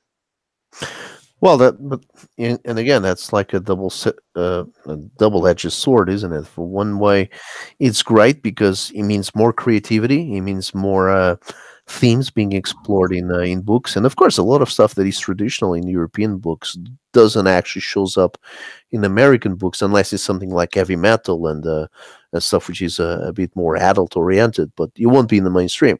But that's something that is traditional in any ordinary French comic book. You know, they will have swear language, they will have nudity, they will have you know, there will be the occasional ultra violence, you know, and it's part of the course. Yeah. So that's a good thing. The other thing is that obviously something that, for example, now Ethan Skyver actually he's planning his next book to be just a tirade against you know, the current culture war in U.S. You know, between really the so-called left side of the house and the more traditional side, which is going to be called I think is Rainbow Brute. Yeah, yeah. It looks great. To be honest with you, I'm far more excited about that than Cyberfrog. You know, Absolutely, Rainbow Brute looks looks great. like I mean, looks like so much fun. the You know? cover is the guy has killed a My Little Pony in the cover, so Yeah. it's really Yeah. is like a jab to the Yeah. certain silly. I don't see the French being interested in Rainbow Brute. Definitely not. Exactly. That's what I was getting at. That's going to be too insular. There's going to be too. Yeah, sure, but It's something that only works for for this time in place in a particular location. yeah, for the same reason that My Hero Macadamia would not work. It's something that works for. It's a bit like Saturday Night Live. The jokes on Saturday Night Live work on on an American audience, but Yes, there's no point in broadcasting the show in other countries because people wouldn't understand some of the references. exactly. And and Right. and, and that becomes exactly the. Again, he goes back to the situation of Indiegogo. He goes back to a lot of these books. Like there was another one on this batch of crowdfunded stuff. The one by Tim Lim and Chuck Dixon, and that guy doing the colors. Forget his name, but Chuck Dixon and Tim Lim. It was Space Force, Trump Space Force. Oh yeah, yeah, yeah. Again, Yeah. Heard of that. that's something that I don't see I mean, it's okay art. The book is kind of okay. It's kind of a nice satire idea. You know, Trump But becomes this Clint Eastwood type guy that goes into. It's funny, but I don't see them investing a lot of money into pushing that out. I'm sure no. it probably deserves a translation into French, but I don't think it would sell a lot. Yeah, this one definitely has a short shelf life. That's the thing with specific parodies. Yeah, As soon as the original object goes out of fashion, the parody itself yeah, is exactly. irrelevant. Yeah. And a lot of the other books that are in this batch of creators, they kind of follow a little bit of the same premise. They kind of each one of them, they kind of titillatingly pointing in a certain direction. There's another one called Black Mamba. I think that is the name. Black Mamba is this assassin, a woman assassin, and she basically she's basically an homosexual homosexual female, and she basically surrounds herself by an enclave of they're all homosexuals, and he's kind of the antithesis of doing a very liberal comic where the heroes are probably you know, traditional males, but you know, in their private lives they actually end up being homosexuals. This turns that in on his head. Basically, it's a group of homosexual females. So and again, it's kind of a little bit of a nudge nudge wink wink kind of thing. Again, would that go down well on the? I think so. I think it's a book that the French will probably like. I just don't know if he tickles their fancy because you know, he's a traditional American action book. You know, Yeah. shoot, car chases, boat chases. You know, Well, there's a couple of books that I think that would work. Even I would be interested in buying these, like Robot Western which one or is that one? Robot Westerns. It's a little Western. robot. Yeah, it's not Jack Irons, although Jack Irons probably work as well. Right. And there's another thing that I think would work well in Europe, which is Wolverton, Detective of the Impossible. Oh yeah, I heard about that. Wolverine Detective Impossible. Right. Okay. And what other ones from the I think you probably know most of them, but from the titles, you know, which other ones would you be personally interested in reading? Yeah, I think these are the ones that I've seen that I'd be interested in. there there's a lot of things that there were a few horror comics that I saw, but I'm not very big into horror, so Mhm. I really don't know if I'd recommend them, but My book works in the European market. yeah. Even uh, yeah, and I even to- remember there were a couple of Portuguese-based artists that were trying to get, that failed to get funded. Can't remember their names. Uh, but there are public projects here in Portugal that they could publish their stuff even in English. There's a Mhm. couple of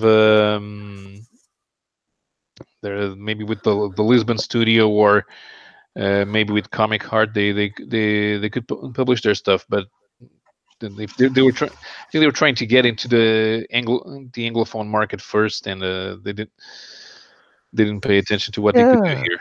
I think I've seen a few projects on Indiegogo with when once this batch of a campaign started. I think quite a few things from Europe. Not a lot, but a few. Yeah, and I think a couple of them from Portugal. Yes, I think I've seen them. I can't remember their names, but I'm pretty sure. I'm pretty sure there was something. I mean, have you seen that image book called Leviathan? It's new. Mm, Leviathan, I I've think. Leviathan. heard of it, but I refuse to Right. read it because of the rat says just a complete jackass on Twitter. Oh yeah, the guy's a jackass. Yeah, Yeah, the I treated it. It's amazing how pretty I can put a awesome art. person off. And there was Atom Boy. Is Atom Boy? What is it called? Atom Boy, isn't it? It's Yeah. an old book from the 80s, isn't it? No, starts before that. It's from the 70s, Astro and Boy. then Astro Boy. That's it. Astro Boy. Yes, that's the one. Who does that? Astro Boy. Let me check that Astro, out. Astro Boy was Osamu Tezuka. Yes, Mm, that is it's a Japanese book, isn't it? Yeah, it's from the is it from the 60s? It's pretty. It's really yeah, it's really pretty old. old. I think it Yeah. starts in the 60s, isn't it? Or is it as Mm, far as late 50s? I don't think so. I think it's the 60s, isn't it? mm. It might be Astro late. Maybe, Boy. I know that Tezuka was it was a big friend of the biggest Brazilian comic studio, Mauricio de Souza. Mm-hmm. Yeah. Yeah, I think they even have the a bit of the same style with the big eyes. The because Mauricio has a something called Monica's gang. Yeah. Let me get Monica here. That's the Brazilian guy, isn't it? Yeah. Mauricio. Yeah. I like those comics. Uh, They've even been putting out a few some stuff in a new style. They tried to do a manga style book with the characters as teenagers, mhm, but more importantly, they developed a line called Graphic MSP, and mhm. they have the very good comics. They look like nothing that they've ever published before. Like Disney, these things have a house style, but for this graphic MSP line, they allow artists to do the with their own style, and they look very good. Especially like the things that they've been doing with a character that was the astronaut. These are almost hard sci-fi in some cases. There's the first graphic novel with the astronaut deals with the character being he's alone in his spaceship, and the effect that the loneliness has on his psyche, and what happens when he gets stuck in a cosmic event that I think he's sort of close to a black hole. And Mhm. Yeah, for anyone not knowing, the Monica, it's called Monica, isn't it? That's the actual name yeah, of the books, isn't it? yeah, They're pretty good. I mean, I remember reading this, and I had a few of these things, and this is like a is it similar to the Charlie Brown kind of thing? The yeah, peanut shop. definitely, It is, isn't it? It's the same kind of vibe, isn't it? yeah, Each one of these characters they have very adult personalities. I yeah. mean, each one of them represents some sort of adult individual, isn't it? Hmm. It's pretty funny actually. So that's one. It's Mauricio da Silva, and The he's Souza. The Souza, right? Okay, that's it. And yeah, but it's not Astro Boy that I was looking at. It's something else. But yeah, I mean, when doing my mini series Chromosome 96, I took a bit of ideas from that. It's called it's called Giant Robot and Astro Boy or Astro something. It's a really, yeah, but it is Astro Boy. I think it's because it's Wasn't an it ongoing series. a big guy, and there was an animated series about. Yeah, It was just kind Big of. Guy and Rusty. Yeah, that's it. Yes, Big yes, Guy and Rusty. That's it. Let me go and check that out Yeah, that then. was by Yeah, Big Guy and Rusty. That's right. Which is a pastiche of Astro Boy. That's what it yeah, is. Let me see when that one started, because obviously that precedes Astro Boy. Yes, that's right. It's from the it's from the 90s. Yes, Astro Boy is all the way from the 60s, and then these guys come up with this, and this is done by Frank Miller, Geoff Darrow. Yeah, that's yeah. it. Yeah, that's the one. That's right. Yes, yeah, it's written by Frank Miller. That's it. I'm gonna share this here now for you guys to see. Big Guy and Rusty. That's the one. yeah. Jeff Darrow did something called Hardboiled as well. It was actually even published here in a European format. They condensed the three books into two and Yep. published it in European size. Hmm. But and since Jeff is British, I think he worked with that page size anyway. Yeah, yeah. It's a very he's a very big book. Let me just share this here for you. Anyone watching this? Yeah, I took a lot of I took a bit of inspiration from this kind of thing. The big, broad. I mean, again, the book is big in size, and it takes full advantage of double page spreads throughout. So and it's very heavy on detail on the backgrounds and foregrounds as well. Oh And yeah, Leviathan, I think, is again kind of ripping a page out of this. So I mean, does this sort of stuff is popular in Europe? I would say so, isn't it? I mean, it's why Yeah, not? It's a kind of traditional. yeah. I mean, here's the thing: there's no such thing as a genre that dominates everything else. Even if there's a few things that are more popular, and the humor is definitely very popular in France, but there's none of that American idea that you have to do something in that specific genre. Mhm.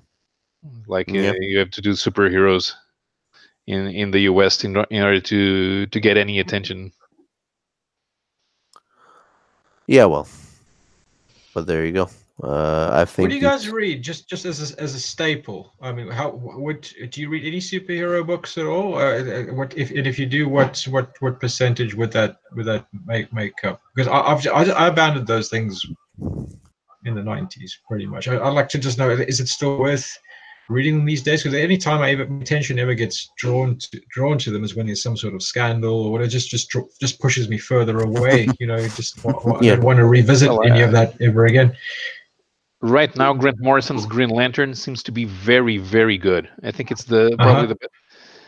the best Green Lantern since pre New 52. I don't read any of it. I, Oh, I I've always liked Green Lantern. It was one of the first DC characters that I've read, and I don't think of Green Lantern as being Hal Jordan. To me, they have to have all the aliens in there. I used to be a fan of the potato alien, but right now Grant Morrison has this alien with a volcano instead of a head, and he's my new favorite alien lantern. yeah, I don't even understand what the 52 is. It's just another Yeah, relaunch. yeah, it was, and one of the reasons they fucked up the new 52 is the same reason that they fucked up some things back in the original Crisis on Infinite Earths. Bec- uh, because they needed to. The Green Lantern and Grant Morrison's Batman were the most popular books that DC had at the time that they decided to relaunch. So they wanted to keep the same story themes, although they no longer made any sense in terms of continuity. It is the same reason that they had problems in Crisis, because they wanted to keep the new Teen Titans, and that's why they did not relaunch from zero. So they did Superman's post-crisis origin, and they did Batman's post-crisis origin, but at the same time, Dick Grayson was an adult, and he was Nightwing, and he was no longer Robin. So that prevented them from doing a full relaunch from scratch. And as long as if they want to do a wide scale relaunch, they need to have no mercy. Everything must go and start from the beginning. I remember Crisis of Infinite Earths. I remember because we were just getting back to Swamp Thing on Alan Moore's run. Everything was going really well, and then bang, they had to throw in an issue which had characters in there from the sort of crossover, and it all had he had to fudge them into the story, you know. Mm-hmm. And I was like, what the hell is this? Oh, he had to do that, you know. It just broke up the flow completely. It just didn't make any sense to me. By the way, Shazam is coming out this week, I believe, and I think it's coming out today. I think, isn't it? Right. And it looks pretty cool, actually. I might see that. I used to read the '90s Power of Shazam. Yeah, well, I always enjoy the idea. Actually, I think is a pretty. It's actually fun a really concept. good idea. It's got a lot of comedy value. You know, I think.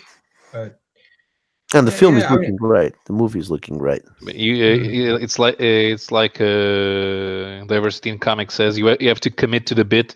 If you're trying to go for something funny, you have to not be afraid of anything looking ridiculous on Shazam, because there are things that are going to look ridiculous. So you have to embrace it rather than try to make fun of it. Mm-hmm. Okay, well, I just did a little thing here while you guys were having the mic. So I'm doing a comparison here. Let's have a look at this. It's quite funny. Let me just screen share this again, and if I can get to the actual Hangouts window, which I can't at the moment. I don't know why.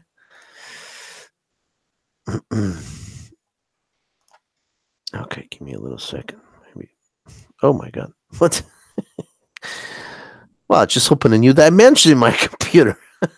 This is so screwed up today that I've actually accessed. I'm in the dark web. I think. My God, this is a full rebooting. You know what it is? It's too much photoshopping in this computer. Let me just have a look, see if I can share this. Okay, so here we go. So we got here.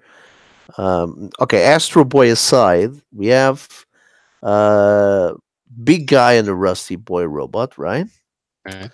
You guys are watching this, right? And here's Leviathan. Wait a second. I'm trying to. I think. Am I screen sharing this properly? No, I can't see. No, I'm not. Okay. I can see a drawing where you're under your name, but okay, I can't see any covers or anything. Give me a second.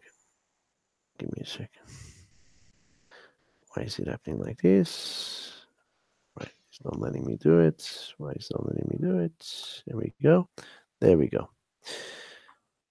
Oh, I'm staring into infinity, huh? Yeah, that's it. That's the Matrix effect. Okay, so big guy and the Rusty Boy robot. So here's Leviathan, right? The guy that is a pain in the ass on Twitter. Mm-hmm. They're very similar in lines, aren't they? Check this out. A bit. Yeah, it's a little bit. Yeah, you're right. Actually, yeah. You know what it reminds me of? Have you ever read Orkstein by James Stoker, also from Image? I have not. No, I do not. He also did Godzilla, and he did an Aliens book too. But Orkstein is amazing, and it's the same fine lines with lots and lots and lots of detail. Mm-hmm. I'll try and find it. It's excellent. It's really, really good stuff. It's got the same sort of. It's got this punk sort of feel to it. What does it remind me of? There's a comic that reminds me a lot of. Oh, I guess.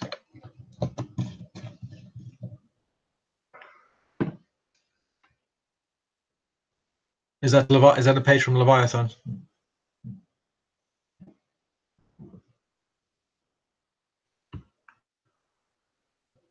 Looks good. The guy's trying to go for a definite Frank Quitely vibe.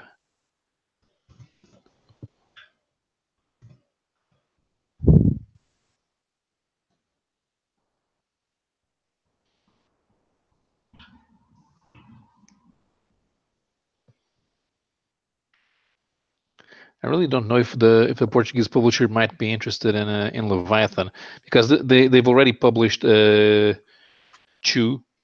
but and they're pretty far advanced in it. I think they have already 9 volumes or something. So another book by a layman would work. They've been trying to get the Jeff Lemire stuff around here as well.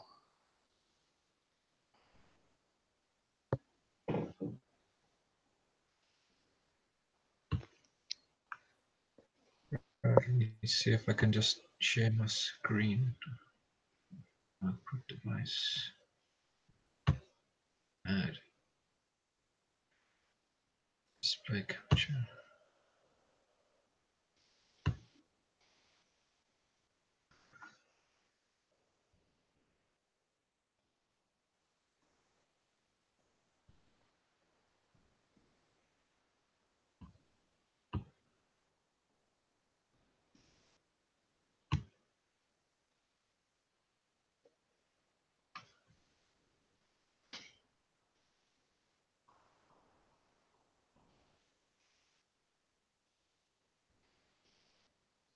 Yeah, it works very well. I really like. The art looks good, yeah.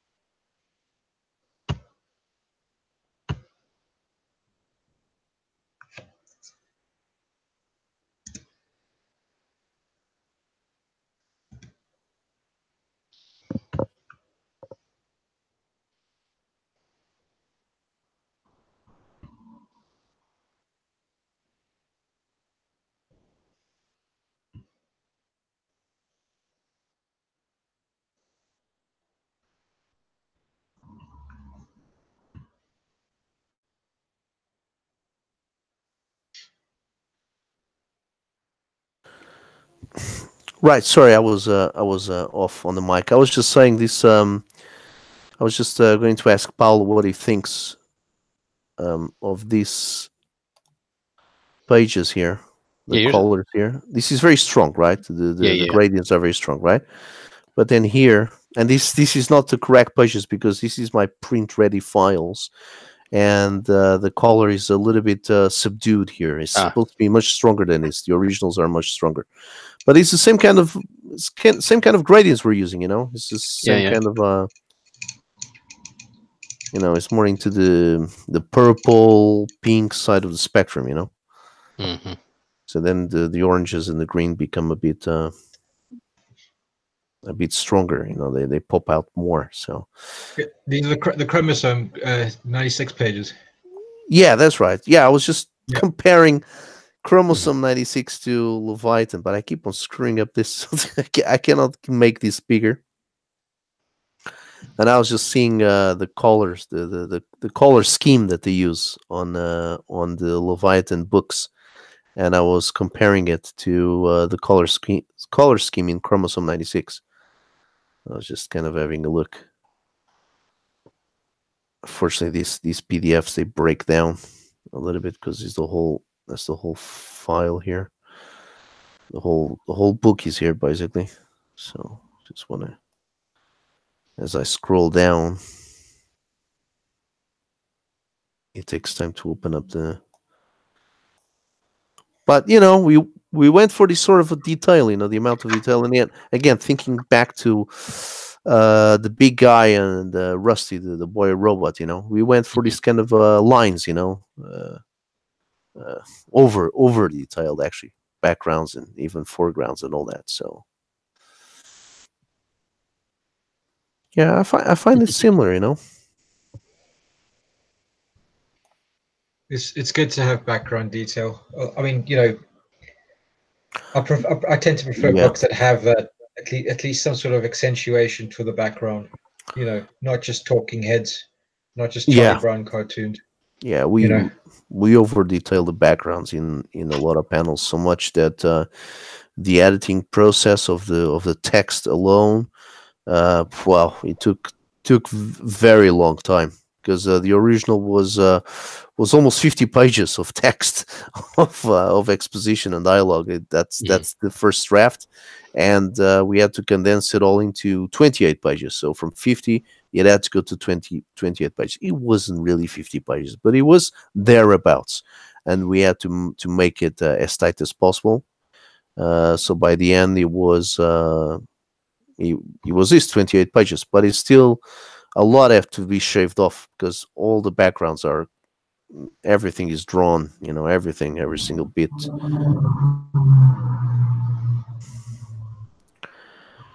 All right, let's just stop sharing this here. Can get out of it here now. Ask. Oh, great.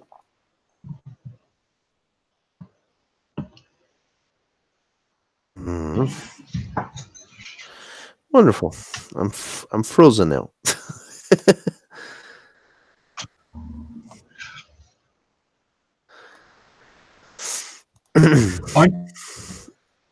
Oh, here we go. okay. Back online. There we go. Yeah, sorry, you were saying? I know, for a second I thought you were using OBS because it looked almost like the same interface, but yeah, just looked right. No, there's something here. It's again, I got a couple of programs open here, and they're making everything slow, and that includes Photoshop. Photoshop really takes a huge chunk of the RAM. Like once Photoshop is on, it screws up everything else. So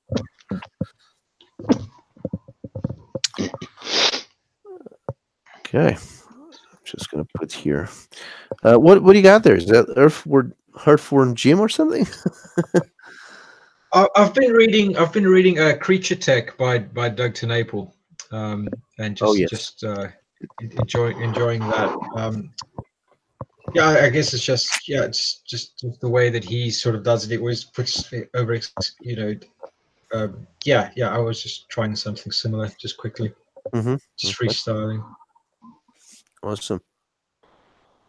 When are you gonna go into the campaign mode for your book? Is it gonna be now in the summer? Yeah. Well, I'm on page 4 now. As soon as I got 7 pages done, and as soon as I've redrawn this, or possibly before, Mhm. just doing like a new version of that as promotional. I'll probably do this as an incentive poster or something. Then yeah, it'll go. The thing is now with this whole bloody Indicron drama and all that, I'm not, I'm not sure what to do, and I'm too slow. Like, I'm quite busy, so I don't get time to read up on all the things that have changed. Things are just moving so quickly. I'm not really sure of how to go about what would be the best way of promoting it. Uh, no, I think now more than ever there's even more stuff now to. I think Ben Annecy, which is an entrepreneur, is a self-made guy. I mean, he had quite a lot of businesses already. He had a filmmaking business, a music label, and now he's got his comic label. Still in his infancy, but the guy has just made a declaration of intent, basically, that he's going to have his own website now, and he wants to make it into a competition, straight competition with, let's say, something like Comixology or Kablam, which is which is a small kind of a printing house, but they have their own Yeah, website. I've heard of Kablam. Yeah, Kablam. They're really great. Who? what's Ben's handle? Just so I can check out his Well, stuff. his comic book label is called Cautionary Comics, and Cool. Oh, I've heard of them. Yeah. Okay.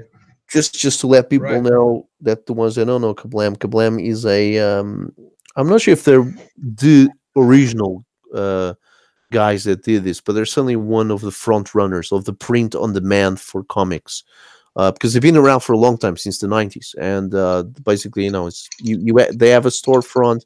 Their website is like a Comixology kind of thing, like Amazon. You put your book there, so people can go in, buy the digital download, and they can order a copy if you want. And then the process is that you don't get much money out of that because you're basically printing one by one, or batches of 5, or batches of 10, whatever. So it's not major. But Ben has an idea now, and I got to get him on this show, because I got to get him on his channel, because I want to find out exactly in detail. But he's a guy that literally has, as he's just declared, he has a lot of warehouse space, and not just in US. He has places throughout. He's got somewhere in the Far East.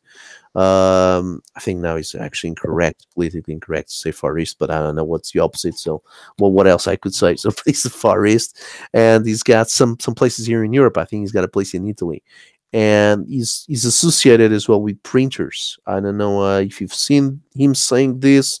He just said this very recently, but basically that's how he's doing his business in terms of his label, and he's expanding it. He's expanding it into this international conglomerate of printing houses.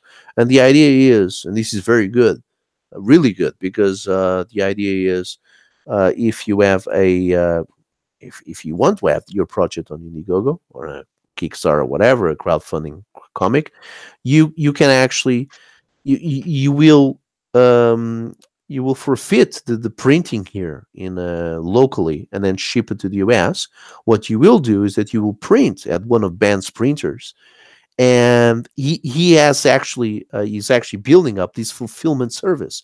So then he would just basically, he will do the whole thing for you. So instead of you actually going there personally, you spend a thousand pounds or $1,000 on an airplane ticket, but you actually go there, print out the book, and while you're there for 2 weeks having some holidays, you kind of ship the book to all over the US for whoever your customers were. So instead of you doing that, or instead of you sending it from here, and then making each one of your American customers paying $50, $15 of tax, or $20 of tax for your little book, what you'll do is you just call Ben and say, okay, Ben, listen, these are my backers in US. This is how many copies I need. Fulfill it, yeah. He prints it out and he fulfills it, and obviously he charges whatever it is, because he's a guy that is not a he's not he's a business minded guy, but he's not like a top level overhead that just decided to do this to get some bucks, like a Jeff Bezos with Amazon. He's actually a guy that is in the trenches, trying to get his own creator-own characters and creator-own books out. But because you can you're facilitating, you're joining creativity with the business mind. So there you go. You're getting the business and the pleasure. So right now. This sounds great. He sounds like the right person at the right place at the right time, because I look it up because I was actually worried about fulfillment, because I'm quite conscious that if I do get funded, most of the backers will probably be in the US. And then because I've got a printer here that I really like. But that's the thing. Once it's printed, you have to ship everything, and it's just going to be, very expensive. It's going to take a massive cut out of whatever's raised. US, Okay. I mean, I've made my investigations here. I mean, I got already sample copies printed on my book. I have local printers that can actually give me a good price, because I know the guys. I worked with them for many years. So that's not so much the problem.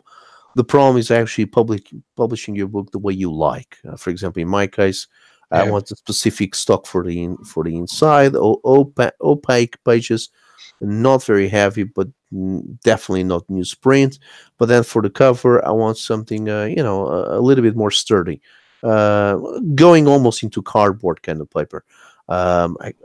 don't have the exact specs here, but it's not your average comic book cover, and that straight away punches the price up.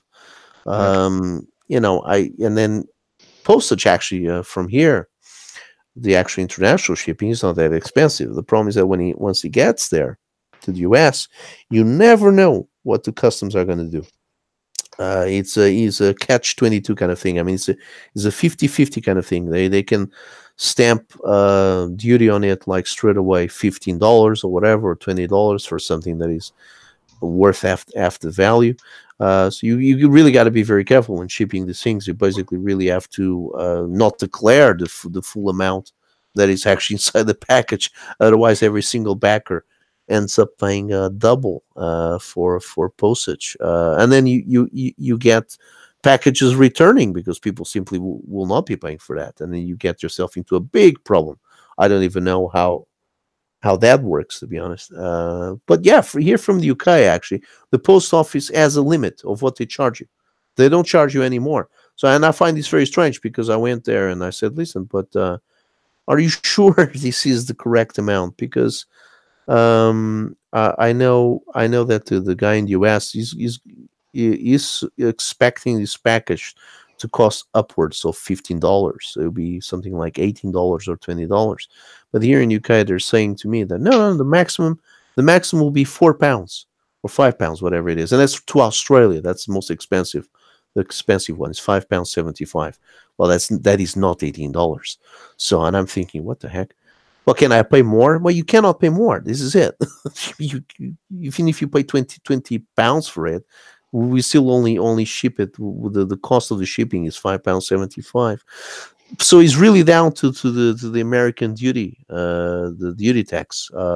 If you write that is merchandise, you're completely screwed. they will post the duty tax on it, the import tax on it.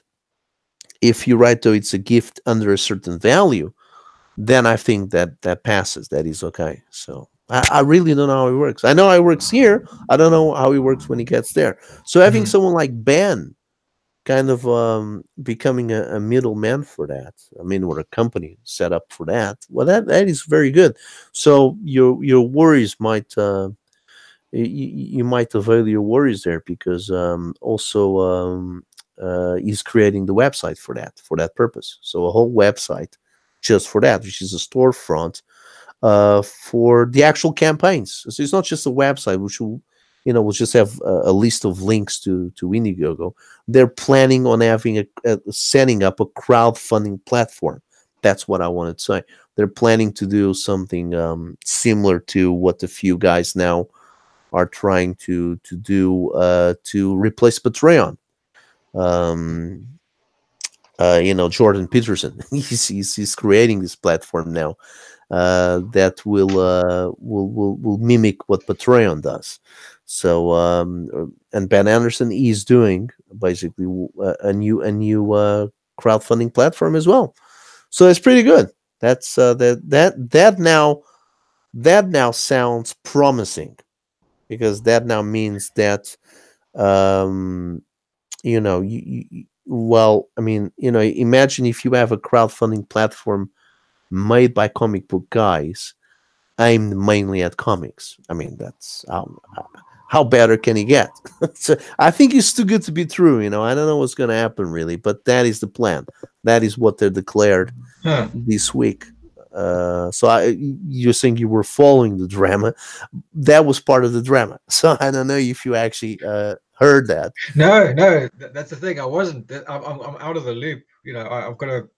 Yeah, I just don't have a lot of time to read loads and loads. I'm glad you're giving me a a bit of a catch up on that. No, awesome. Well, yeah. I'll look it up. Yeah, great. Exactly. That's the thing that now happened. Basically, is that now you basically have this opportunity of now all these projects, all these creator-owned campaigns being under one roof. So they won't need to rely anymore on the likes of Kickstarters and Indiegogos. I have no idea what sort of a percentage Ben would be taking. but and of course the reach is limited. I mean, it's more limited than Indiegogo or Kickstarter, because anyone that knows crowdfunding knows these guys, while anyone that knows crowdfunding won't necessarily know this new website. But at least it will be comic book dedicated, and that by one side that is good, because anyone going there is definitely looking for your product. They're not looking for shoes, they're not looking for bicycles, they're looking for that. So that straight away kind of helps. So but let's see what happens. I'm not really sure of the details. That's why I want the guys to come over to the show here and speak to me about it, because there's two or three guys involved in that. So let's see what happens. Is that an option you're considering for yourself too? Oh well, I Or- mean, the more avenues you have, the better. So I mean, Yeah. there's no question there. Hmm.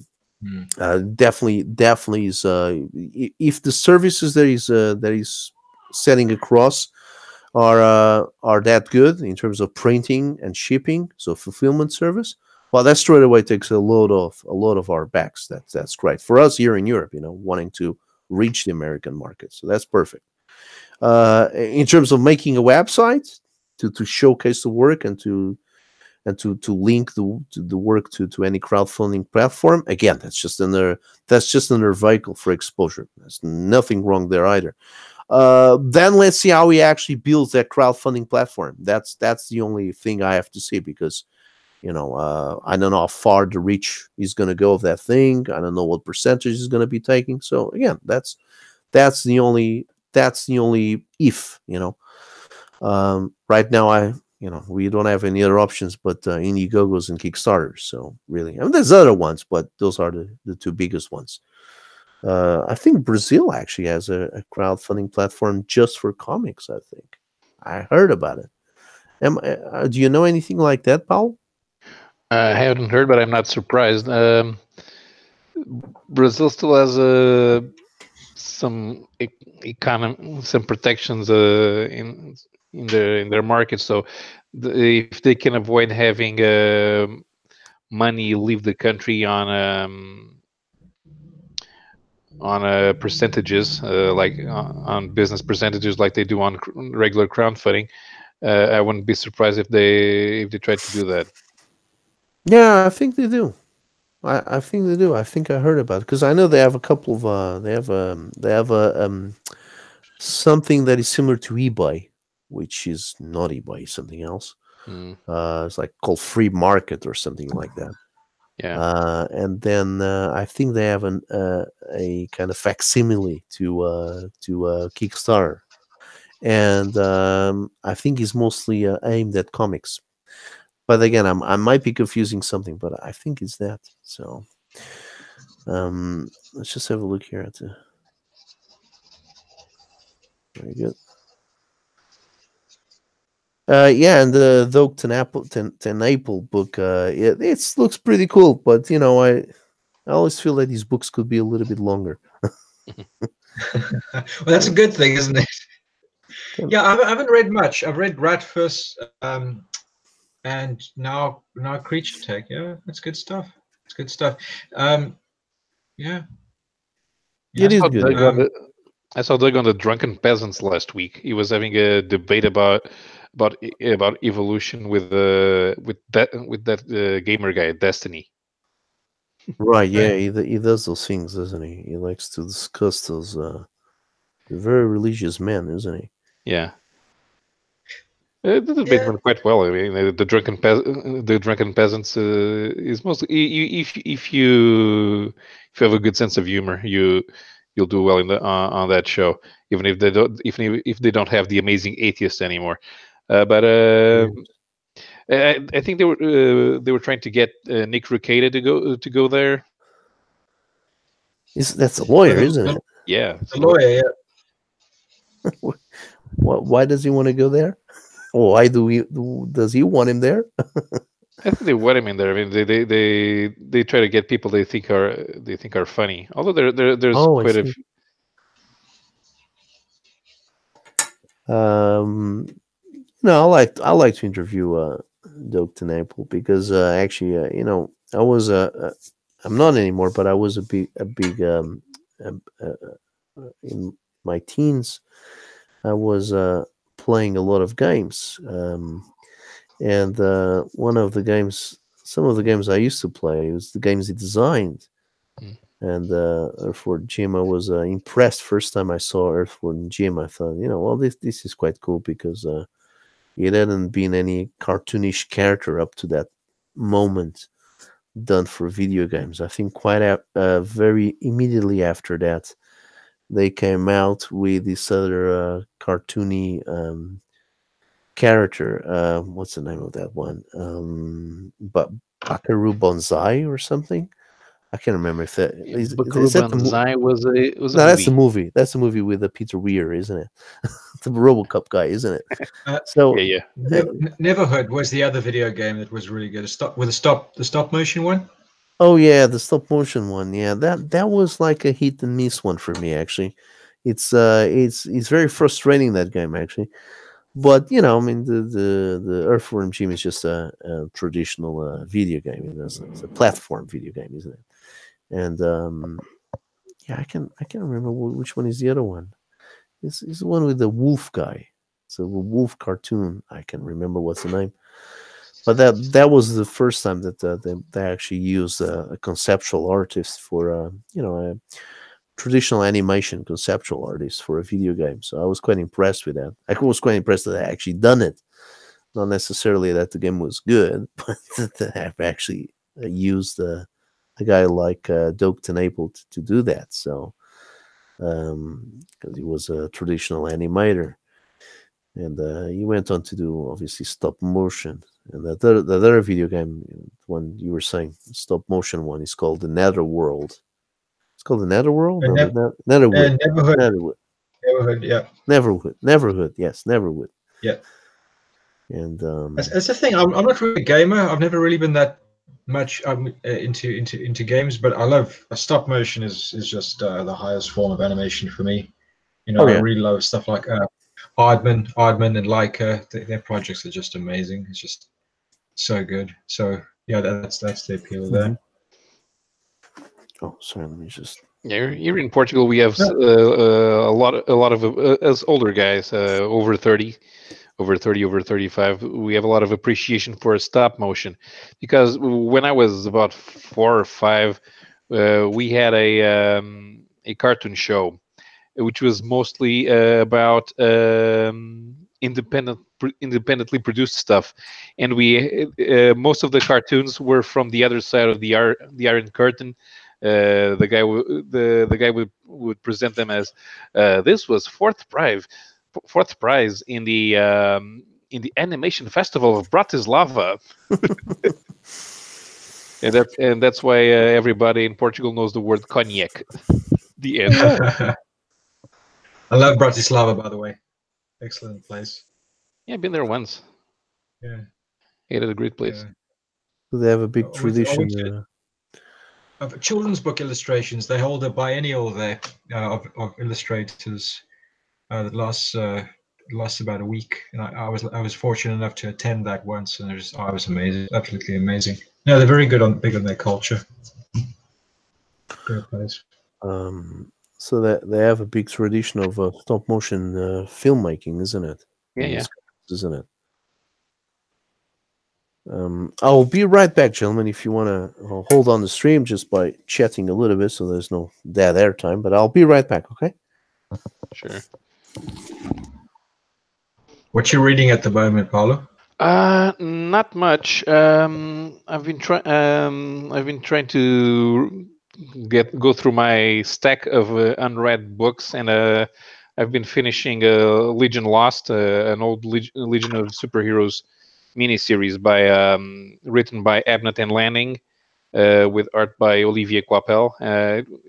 It's from the late 90s, 2000, or about 2000, 2001. It's pretty good. A few members of the Legion of Superheroes get lost in another, what appears to be another dimension, and they have to try to get back, and nothing is working. Abnett and Lanning are very good with space stuff. I was a big fan of their of the things that they did that that were spin-offs of Annihilation, like when they did Guardians of the Galaxy. And apart from that, I have a bunch of stuff that I need to get to go through.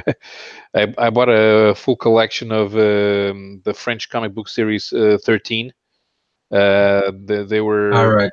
yeah they were published alongside a newspaper, so they were cheap. And I've become a very big fan of Jean Van Damme as a writer. He's probably one of my favorite writers from the French comic scene. He's from Belgium. And Yeah. he worked on Torgal with Rosinski. Yeah. That's it. Yeah, they call him Mister Mister 10% or something because he writes such a big proportion of Belgian comics. Yeah, Yeah. exactly. Thorgal is pretty good. When people start moaning about Conan, I say, read Thorgal. Really, really good stuff. Yeah. And I noticed some time ago that they have a lot of new spin-offs of a few traditional series, like Alix. Alix right now has two different spin-offs. One is when he was young, La Jeunesse d'Alix, and another one is in the future, Alex Senators. I don't know why they keep doing that. Some of these characters they hang on for years, mostly on the popularity of their original stories, but the new stuff doesn't have any content. Although I've been reading a series that they did not a reboot, but a soft reboot, and it has a completely new, different art style, which is Michel Vaillant. It's about a Formula One racer. It had a film around 2001, which was recorded on the Le Mans 24 Hours, and there was even a cartoon series in the 80s called, in English, it was Heroes on Hot Wheels. Right. Okay. I know that guy, Michel Vaillant. Right? Yeah. The new creators are coming to Portugal in May, so I'm going to see if I can interview any of them. I already interviewed the son of the original creator when they did the relaunch. It was they did the public debut in the Algarve, and they made sure one of the Works Chevrolet drivers was dressed like Michel Vaillant. Sorry, I just went to get an energy bar. I like Michel Vaillant, but the action is a bit static. The intention is to make it photorealistic. I mean, it's not photorealistic, but it's a very traditional form of drawing, isn't it? Yeah. It's still very the original stories came out in 1957, so there's still a lot of influence in the Ligne Claire style. Yeah, a little bit of that. Yeah, especially because Jean Graton, he was born in Nantes, in France, but he moved to Belgium to work on comics. So most of his influence is Belgian. And the new series is done by Denis Lapierre and Marc Bourgne. So it's not being done by the Gratons anymore. Right. So it's a completely different team now. Yeah. Well, the art looks different, and it took a little bit of time until they found their own style, because the comic has always been very recognizable. And they used to have a guy that did nothing but draw the likenesses of the cars to make sure that any real world car looked like the real thing. In fact, the guy was pretty famous in Belgium. He was called Clovis. He died last year, and he did some great posters for the 24 Hour of Spa race. Right.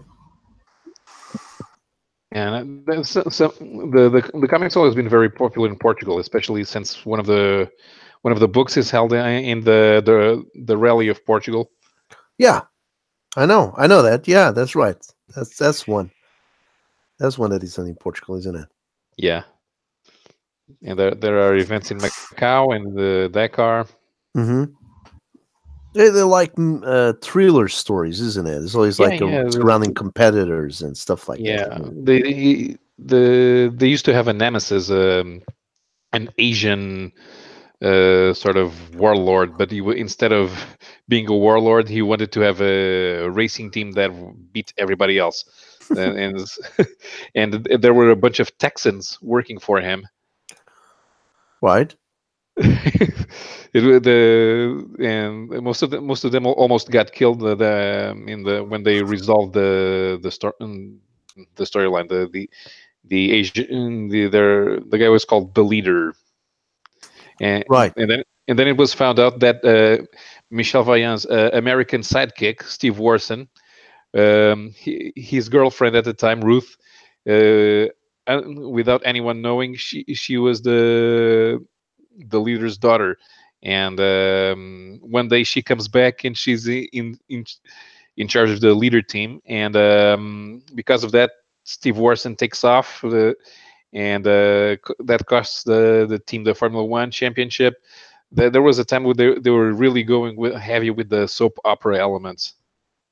Yes. Um, that storyline sounds like something out of Batman, isn't it? The League of Shadows. Yeah, almost.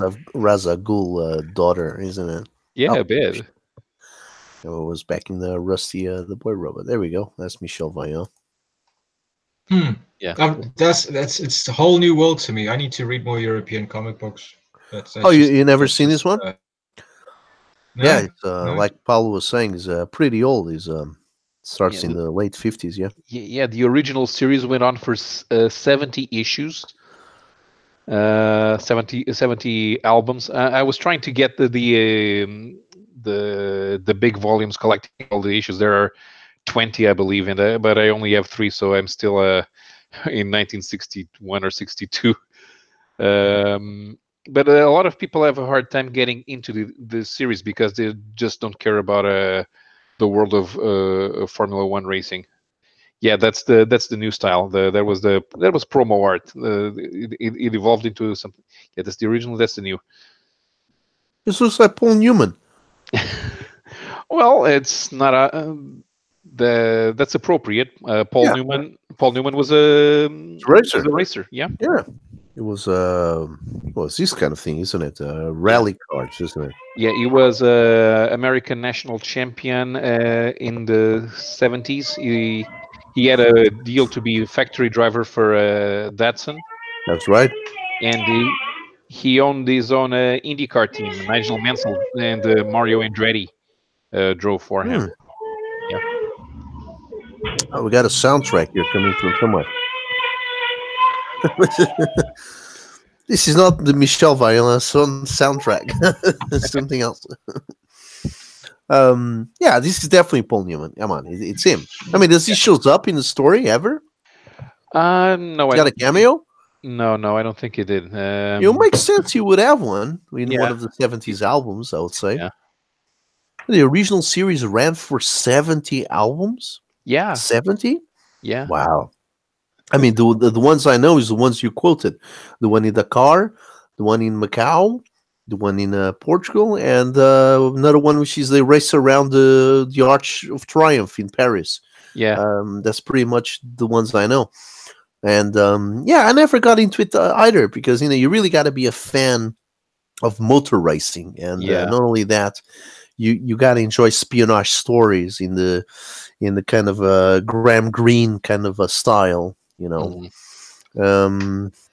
And he's not even a high octane action either. He's just kind of Well, you see, because the cars are very realistic, it may seem that like they're stopped. But Jean Gaton had this style of incorporating the car's sounds into the art. yeah. That's look- actually, I gotta say, that's actually something to be learned there, actually, because I mean, if you see here in this picture, there's the vroom behind it, Yeah. and actually, Like the Walt Simonson Yeah. used to do. the Omnip is there. Actually, that's Yeah. it's technically speaking, that is an important book to actually learn of where to. You can actually learn a good lesson from Michel Vaillant about where to put your sound effects and why. That fair enough. That I give him I give him full credit for that, actually, because it's a book that has a lot of that. It leaves, I mean, the action of the book leaves a lot through the sounds that are actually drawn in. So Yeah. that much I remember. And I gotta say this. I mean, I'm trying to find an action scene here because I remember the way that the pages are constructed and the way they orient these big splash panels when there's a car chase and there's like a curve and there's like either a car chase because there's a criminal or whatever they're after, Yeah. or where it's actually just a regular race. The way that they slow down and speed up time by the way they construct their panels and diminish or increase the gutters between the panels, it's really to put you in the action and all that. I understand. It clearly is understood the idea behind it. It's just I don't think he ever completely worked, for me, not for my taste, Yeah. I think I think it's mostly the story because unless you're into corporate thrillers, the soap opera elements won't be enough to draw you in, and then there's the if you're not into cars, it's really going to prevent you from enjoying. yeah, well, But that's it. But the quality is definitely there. I mean, it's just the illustrations are amazing. Just amazingly good. Yeah, this Yeah. is a sort of book that And on for that level, you everyone. definitely appreciate. I mean, I remember that the guys that used to dig this were really the guys that were into Formula One. I'm pretty sure they're still the ones that are really into Formula One and Formula Yeah. 4 and all that stuff. They really used to read this stuff. Like, I remember, the teenagers, and like the 20, 30-year-old guys, they used to know exactly what sort of engine these cars would have and what sort of top speed they will reach and who was in charge of who at Champion and Mercedes and McLaren, who was the top racer and why the other guy was second place, the competition inside the teams and all that. And they're the guys that used to have these books, and they wouldn't even collect comic books. They used to have Yeah. a Yeah. couple of these books. Exactly. Well, it's like Roy of the Rovers, those comics, those British comics from the 70s and 80s, just around football, massively. Hmm. Same kind of art style too, actually. But that was the niche, that was the thing, and football is obviously massive. So there was just a lot of kids read that, a lot of kids were into it. Kids Yeah. just read comics in those days. It's not like Yeah, exactly. today. Not like today. That kind of makes sense. Yeah. Um, but I had no idea these had reached 70 albums. Bloody hell! And and again, they're big albums, isn't it? It's like 40 something pages each. Yeah, there were a few years when they were 64 pages, but they usually were 48. Hmm. Yeah, but again, it's very word heavy, isn't it? Like you're saying, they're corporate espionage. It's mostly that, and who's grabbing the contracts and who's paying for this and who's taking the other pilot and okay, there's the occasional guy with a gun, but Hmm. it's rare and in between. Well, there were a couple of storylines where they had people getting kidnapped. Um, but apart from that, yeah, nobody actually ever got killed. But now in the new series they get killed. Michelle's brother, who ran the company, he committed suicide. All right, okay, well that's Yeah, and because of that, there was family issues, and he went to jail for a while. oh wow. Well, Michel Violin. Yeah. Well, there you go. See, this is what I mean. This is a great panel here. Look at that. The sounds here. It's just kind of making the border panels. At the top end of the panel. This Yeah, Yeah, sound effects need to be part of the artwork. Yeah, They exactly. need to be drawn. They need to be drawn in. I've always thought that. I They're definitely agree with that. completely inclusive. They're completely immersive. This the sound effects in these books. That much has to be said. They Yeah, do they do and something the special.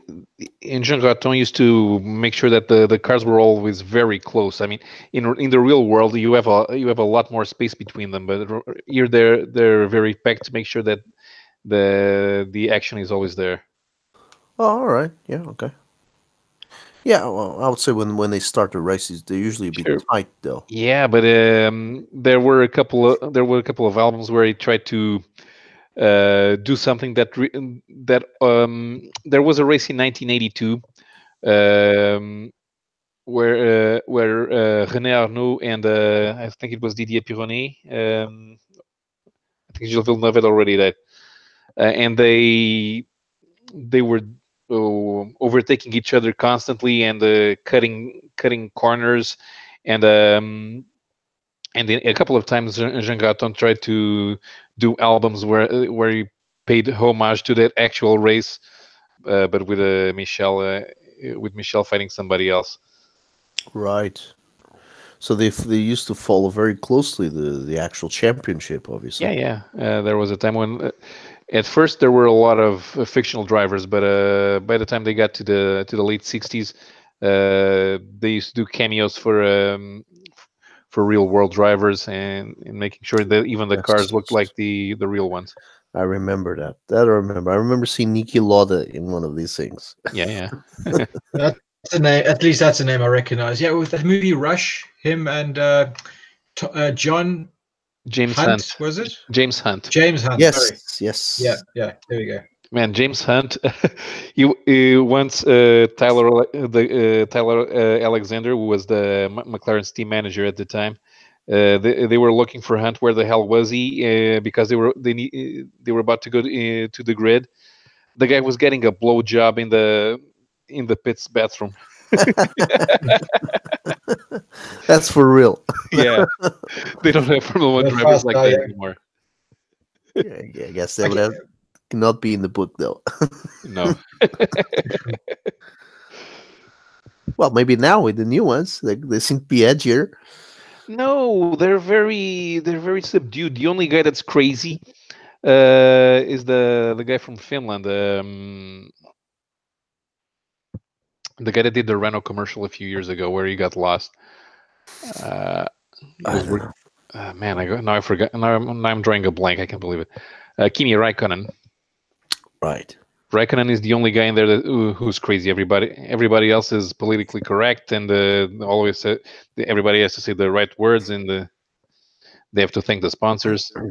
How do they go about getting the what is this called the rights to put a real person in the book? It's got a particular name, isn't it? And Yeah, in if likenesses. like yeah, the rights for the likeness. But if they make these racers, the real life racers, into these books as ongoing special guest stars, not just a cameo, but like part of the actual uh, continuity. Do they have to pay these guys royalties? Uh, I'm really not sure because they can always claim these stories are entirely fictional. But the thing is, since they're not actually used to sell the books, I'm not sure they Right. can claim to be Well, infringing then on their they're not trademark. part of the plot in any meaningful way. They're just on and Usually, off. yeah, no, they usually don't. I mean, they mostly get mentioned, and occasionally they get a line of dialogue. But if they have to have a real adversary, they usually bring in the leader team.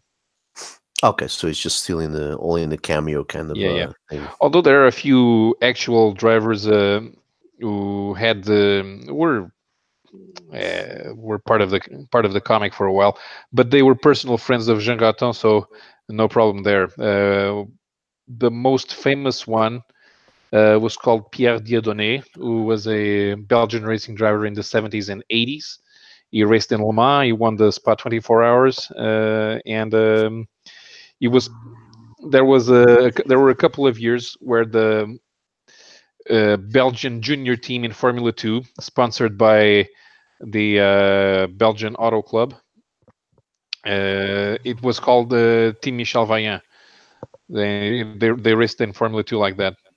Hmm. So a few of the drivers, so Gato ended up becoming friends with a few of the drivers, and they would be part of the ongoing action. The end of Yeah. Naples one, there were a couple of small, less well-known guys from the Belgian Touring Car Championship, but the rest they only had cameos. Yeah, I would say so. I think my father actually did the lettering for a couple of Franco-Belgian books, and I think he did the lettering for one of these. He used to do that as when he was, a process that was very much. And I remember having a hand in doing because when you have the beginning of the album, the first page usually has the title of the album. The first panel usually has the title of the album. um no, not all the books, but I remember a few. And I think I myself, I think, had a hand. That was done with stencils, the titles.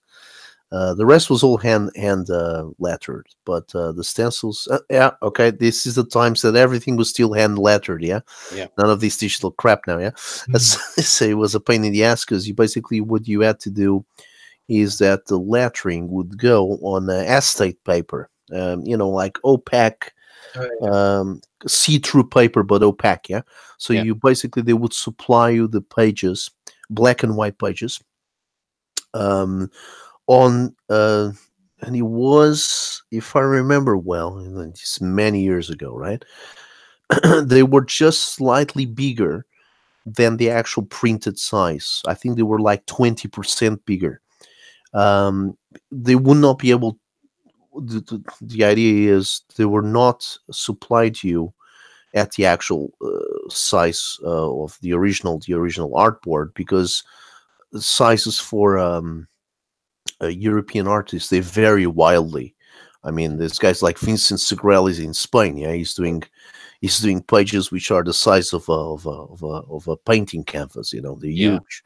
So because they vary in sizes, they usually won't send you copies of the actual size of the board. They would send you copies also. They could not send you copies of the size of the actual publishing size, because then it's too small for you to do the lettering. Obviously, it's too small for you to work on.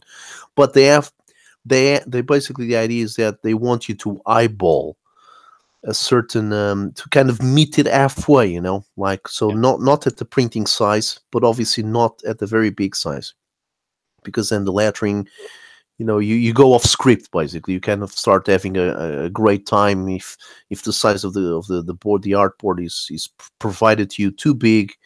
Then you might start kind of filling in the panels a little bit much, because the whole thing is left down to you. That was the beauty of the lettering thing. Hmm. They basically, you were provided the script, and just the annotations on the script would be exactly what you would get. I mean, there were stage directions. They would say this balloon here goes center left, or center right, or right in the middle, top right, top left, bottom right, bottom center. You understand? For each one of line of dialogue and lines of the narrators, that's the indication you would have. So you would actually not be supplied. They could not do that, obviously, because they would leave it to you. The size of your font and the amount of space you would require, they would leave it to you. But all they would provide you was those page directions, basically. So they would not give you this acetate paper. Acetate paper. I think I'm saying the right thing. I don't remember what is the name of the actual paper. I think I got some of it here, but they would not provide that with the balloons already drawn in. They would not do that. That was completely down to you. So again, those are times that you still used to do this thing handwritten. And I remember doing the fonts, and that was using a stencil for one of the Lucky Look books. I can't remember which one it is. I think it was something in the prairie. They have a caravan, and the whole story is a caravan that goes around. I think that was the one I did the actual lettering of the front, the opening of the book. And if that edition is still going out, which I'm sure they're all being replaced by digital lettering by now, But if that edition would still be out, you would still you would see that it's not straight. The title is off, is slightly off centered and kind of falls down a little bit. Now, I remember my father being pissed, but oh man, he screwed up. I don't want to do this again, because basically the acetate paper is, again, it's the size of the page, so it's still quite big, and they only give you a certain amount of those pages, so you really don't want to screw it up. You want to do it, and it's pretty cool, because then that thing is actually scanned, and then that's when they would incorporate it into the book. But it's funny because the Americans, for example, didn't work like that at all. The Americans worked, they did their hand lettering on the regular, Xerox paper, whatever it is, and cut it and glue it straight on the page. Yeah. The French don't do like that. No, the French they give the artboards, they give these acetate see-through pages that you work on. You put them on top of the page as you're working on the lettering, and then you take them to the side to do the inking on the lettering. Two steps phases. So lettering in pencil and then lettering in inking, and then they scan that, and they make the balloons. Basically, they make the balloons around, unless you design them yourself. When the balloons are a little bit more, like screaming balloons and stuff like that, then they leave it to the letterer. But it's just a standard balloon. They usually used to do the circles themselves. But again, I might be wrong there. I might not exactly be on the left. But then they scan those things and they put it on the pages. So it was a long process. It took about I can't remember if it was 2 months, but I think it was something like that. It was around 8 weeks to do a whole book of these. And we got a lot of those gigs, but then we gave up because it was too much work. We did about 4 of them. I remember we did four of the letters, 4 books. I remember it was an Asterix and a Lucky Look, a Vaillant, and I can't remember what was the other one. Too much work. It was quite fun though, but it's very stressing, in those times to do the letters. It was a very stressing job. So we did it. It just is a much overlooked thing, It isn't as a art form in itself, I mean, it's so important. It's so extremely important to get the lettering right. Yeah. But I gotta tell you, you can't read it, you can't appreciate it. Yes, but I gotta tell, these letters that you see, the speed letters here, the sound effects, that's also done by the letterer, and that's why it's worth mentioning this, because it's not just the narrator and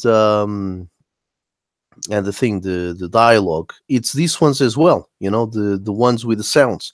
I remember that vividly. I remember my father actually taking extra time going around the drawings, because again, it's an acetate paper that falls on top of the other one, so you really can kind of build your letters around whatever.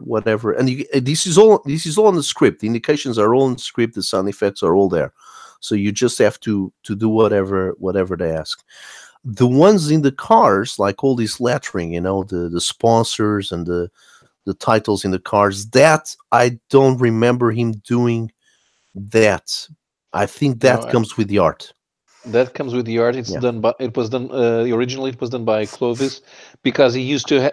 They needed to have photo reference to make sure that everything was in place. I'm sure. Yeah, it would be way too much work. I mean, this got to be down to the artist to do this, because. Oh man, I remember that race. This guy was. This is an event. This is portraying an event from an actual race. And the guy was in the lead. And there was a full course yellow. They were running in the Pau circuit, in the street circuit in France. It was the first time this guy was leading a WTCC race. Franz Engstler, very nice guy.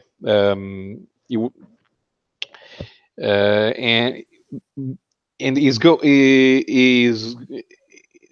through the straight to the full course yellow section, just as the safety car is coming out of the pits. And instead of a professional racing driver, they got the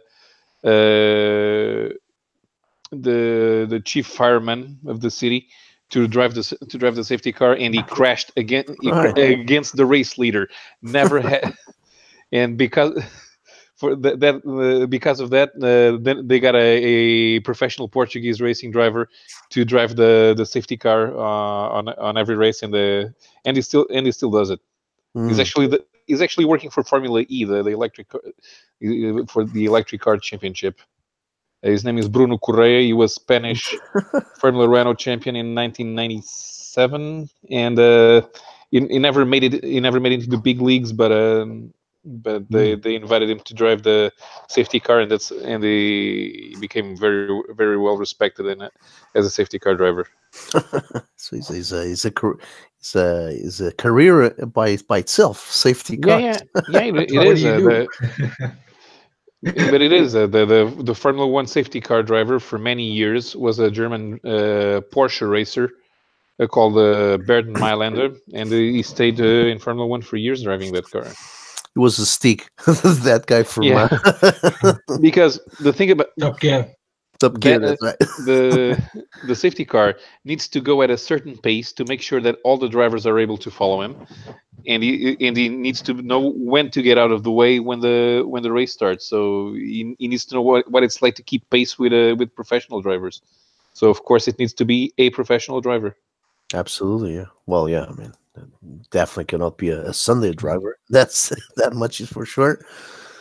So we'll look. Yeah. I'm gonna skip out. I think it's my bedtime now. Oh yes, sir. Yes, of course. Yeah, we're about to wrap up here as well. Yes, it was just stop sharing this. But there you go, Michel Vaillant. For anyone not knowing, again, it's an acquired taste, isn't it, Paul? Yeah, it is definitely Frank Frazetta used to have a comic strip about racing as well. It was called Johnny Comet. Right. Oh, I think I heard about that. Fantagraphics Vanguard Productions put out a book, and I was interested in buying it, but it was a bit out of my price range. Oh well, we're gonna have to check that in the next time we're around. Yeah. What's the name again? Johnny Comet. Johnny Comet. Okay. Johnny Comet. Do a search here, and we'll have a look at that next week. All right, guys. Well, thank you very much for dropping by. It's midnight here for the three of us, so we're all in the same time zone. Somewhere else in the world, people are waking up right now. So there you go. This is their breakfast stream. All right. Thank you very much, guys, and we'll see you another time. All right. Thank you. Thanks for the invite. Yeah. Cheers. Yeah. Well, see you later. And thank you for me. And yeah, just the usual notifications for anybody watching. Do like the video and subscribe to the channel so we can carry on doing this sort of thing. Okay, guys. Thank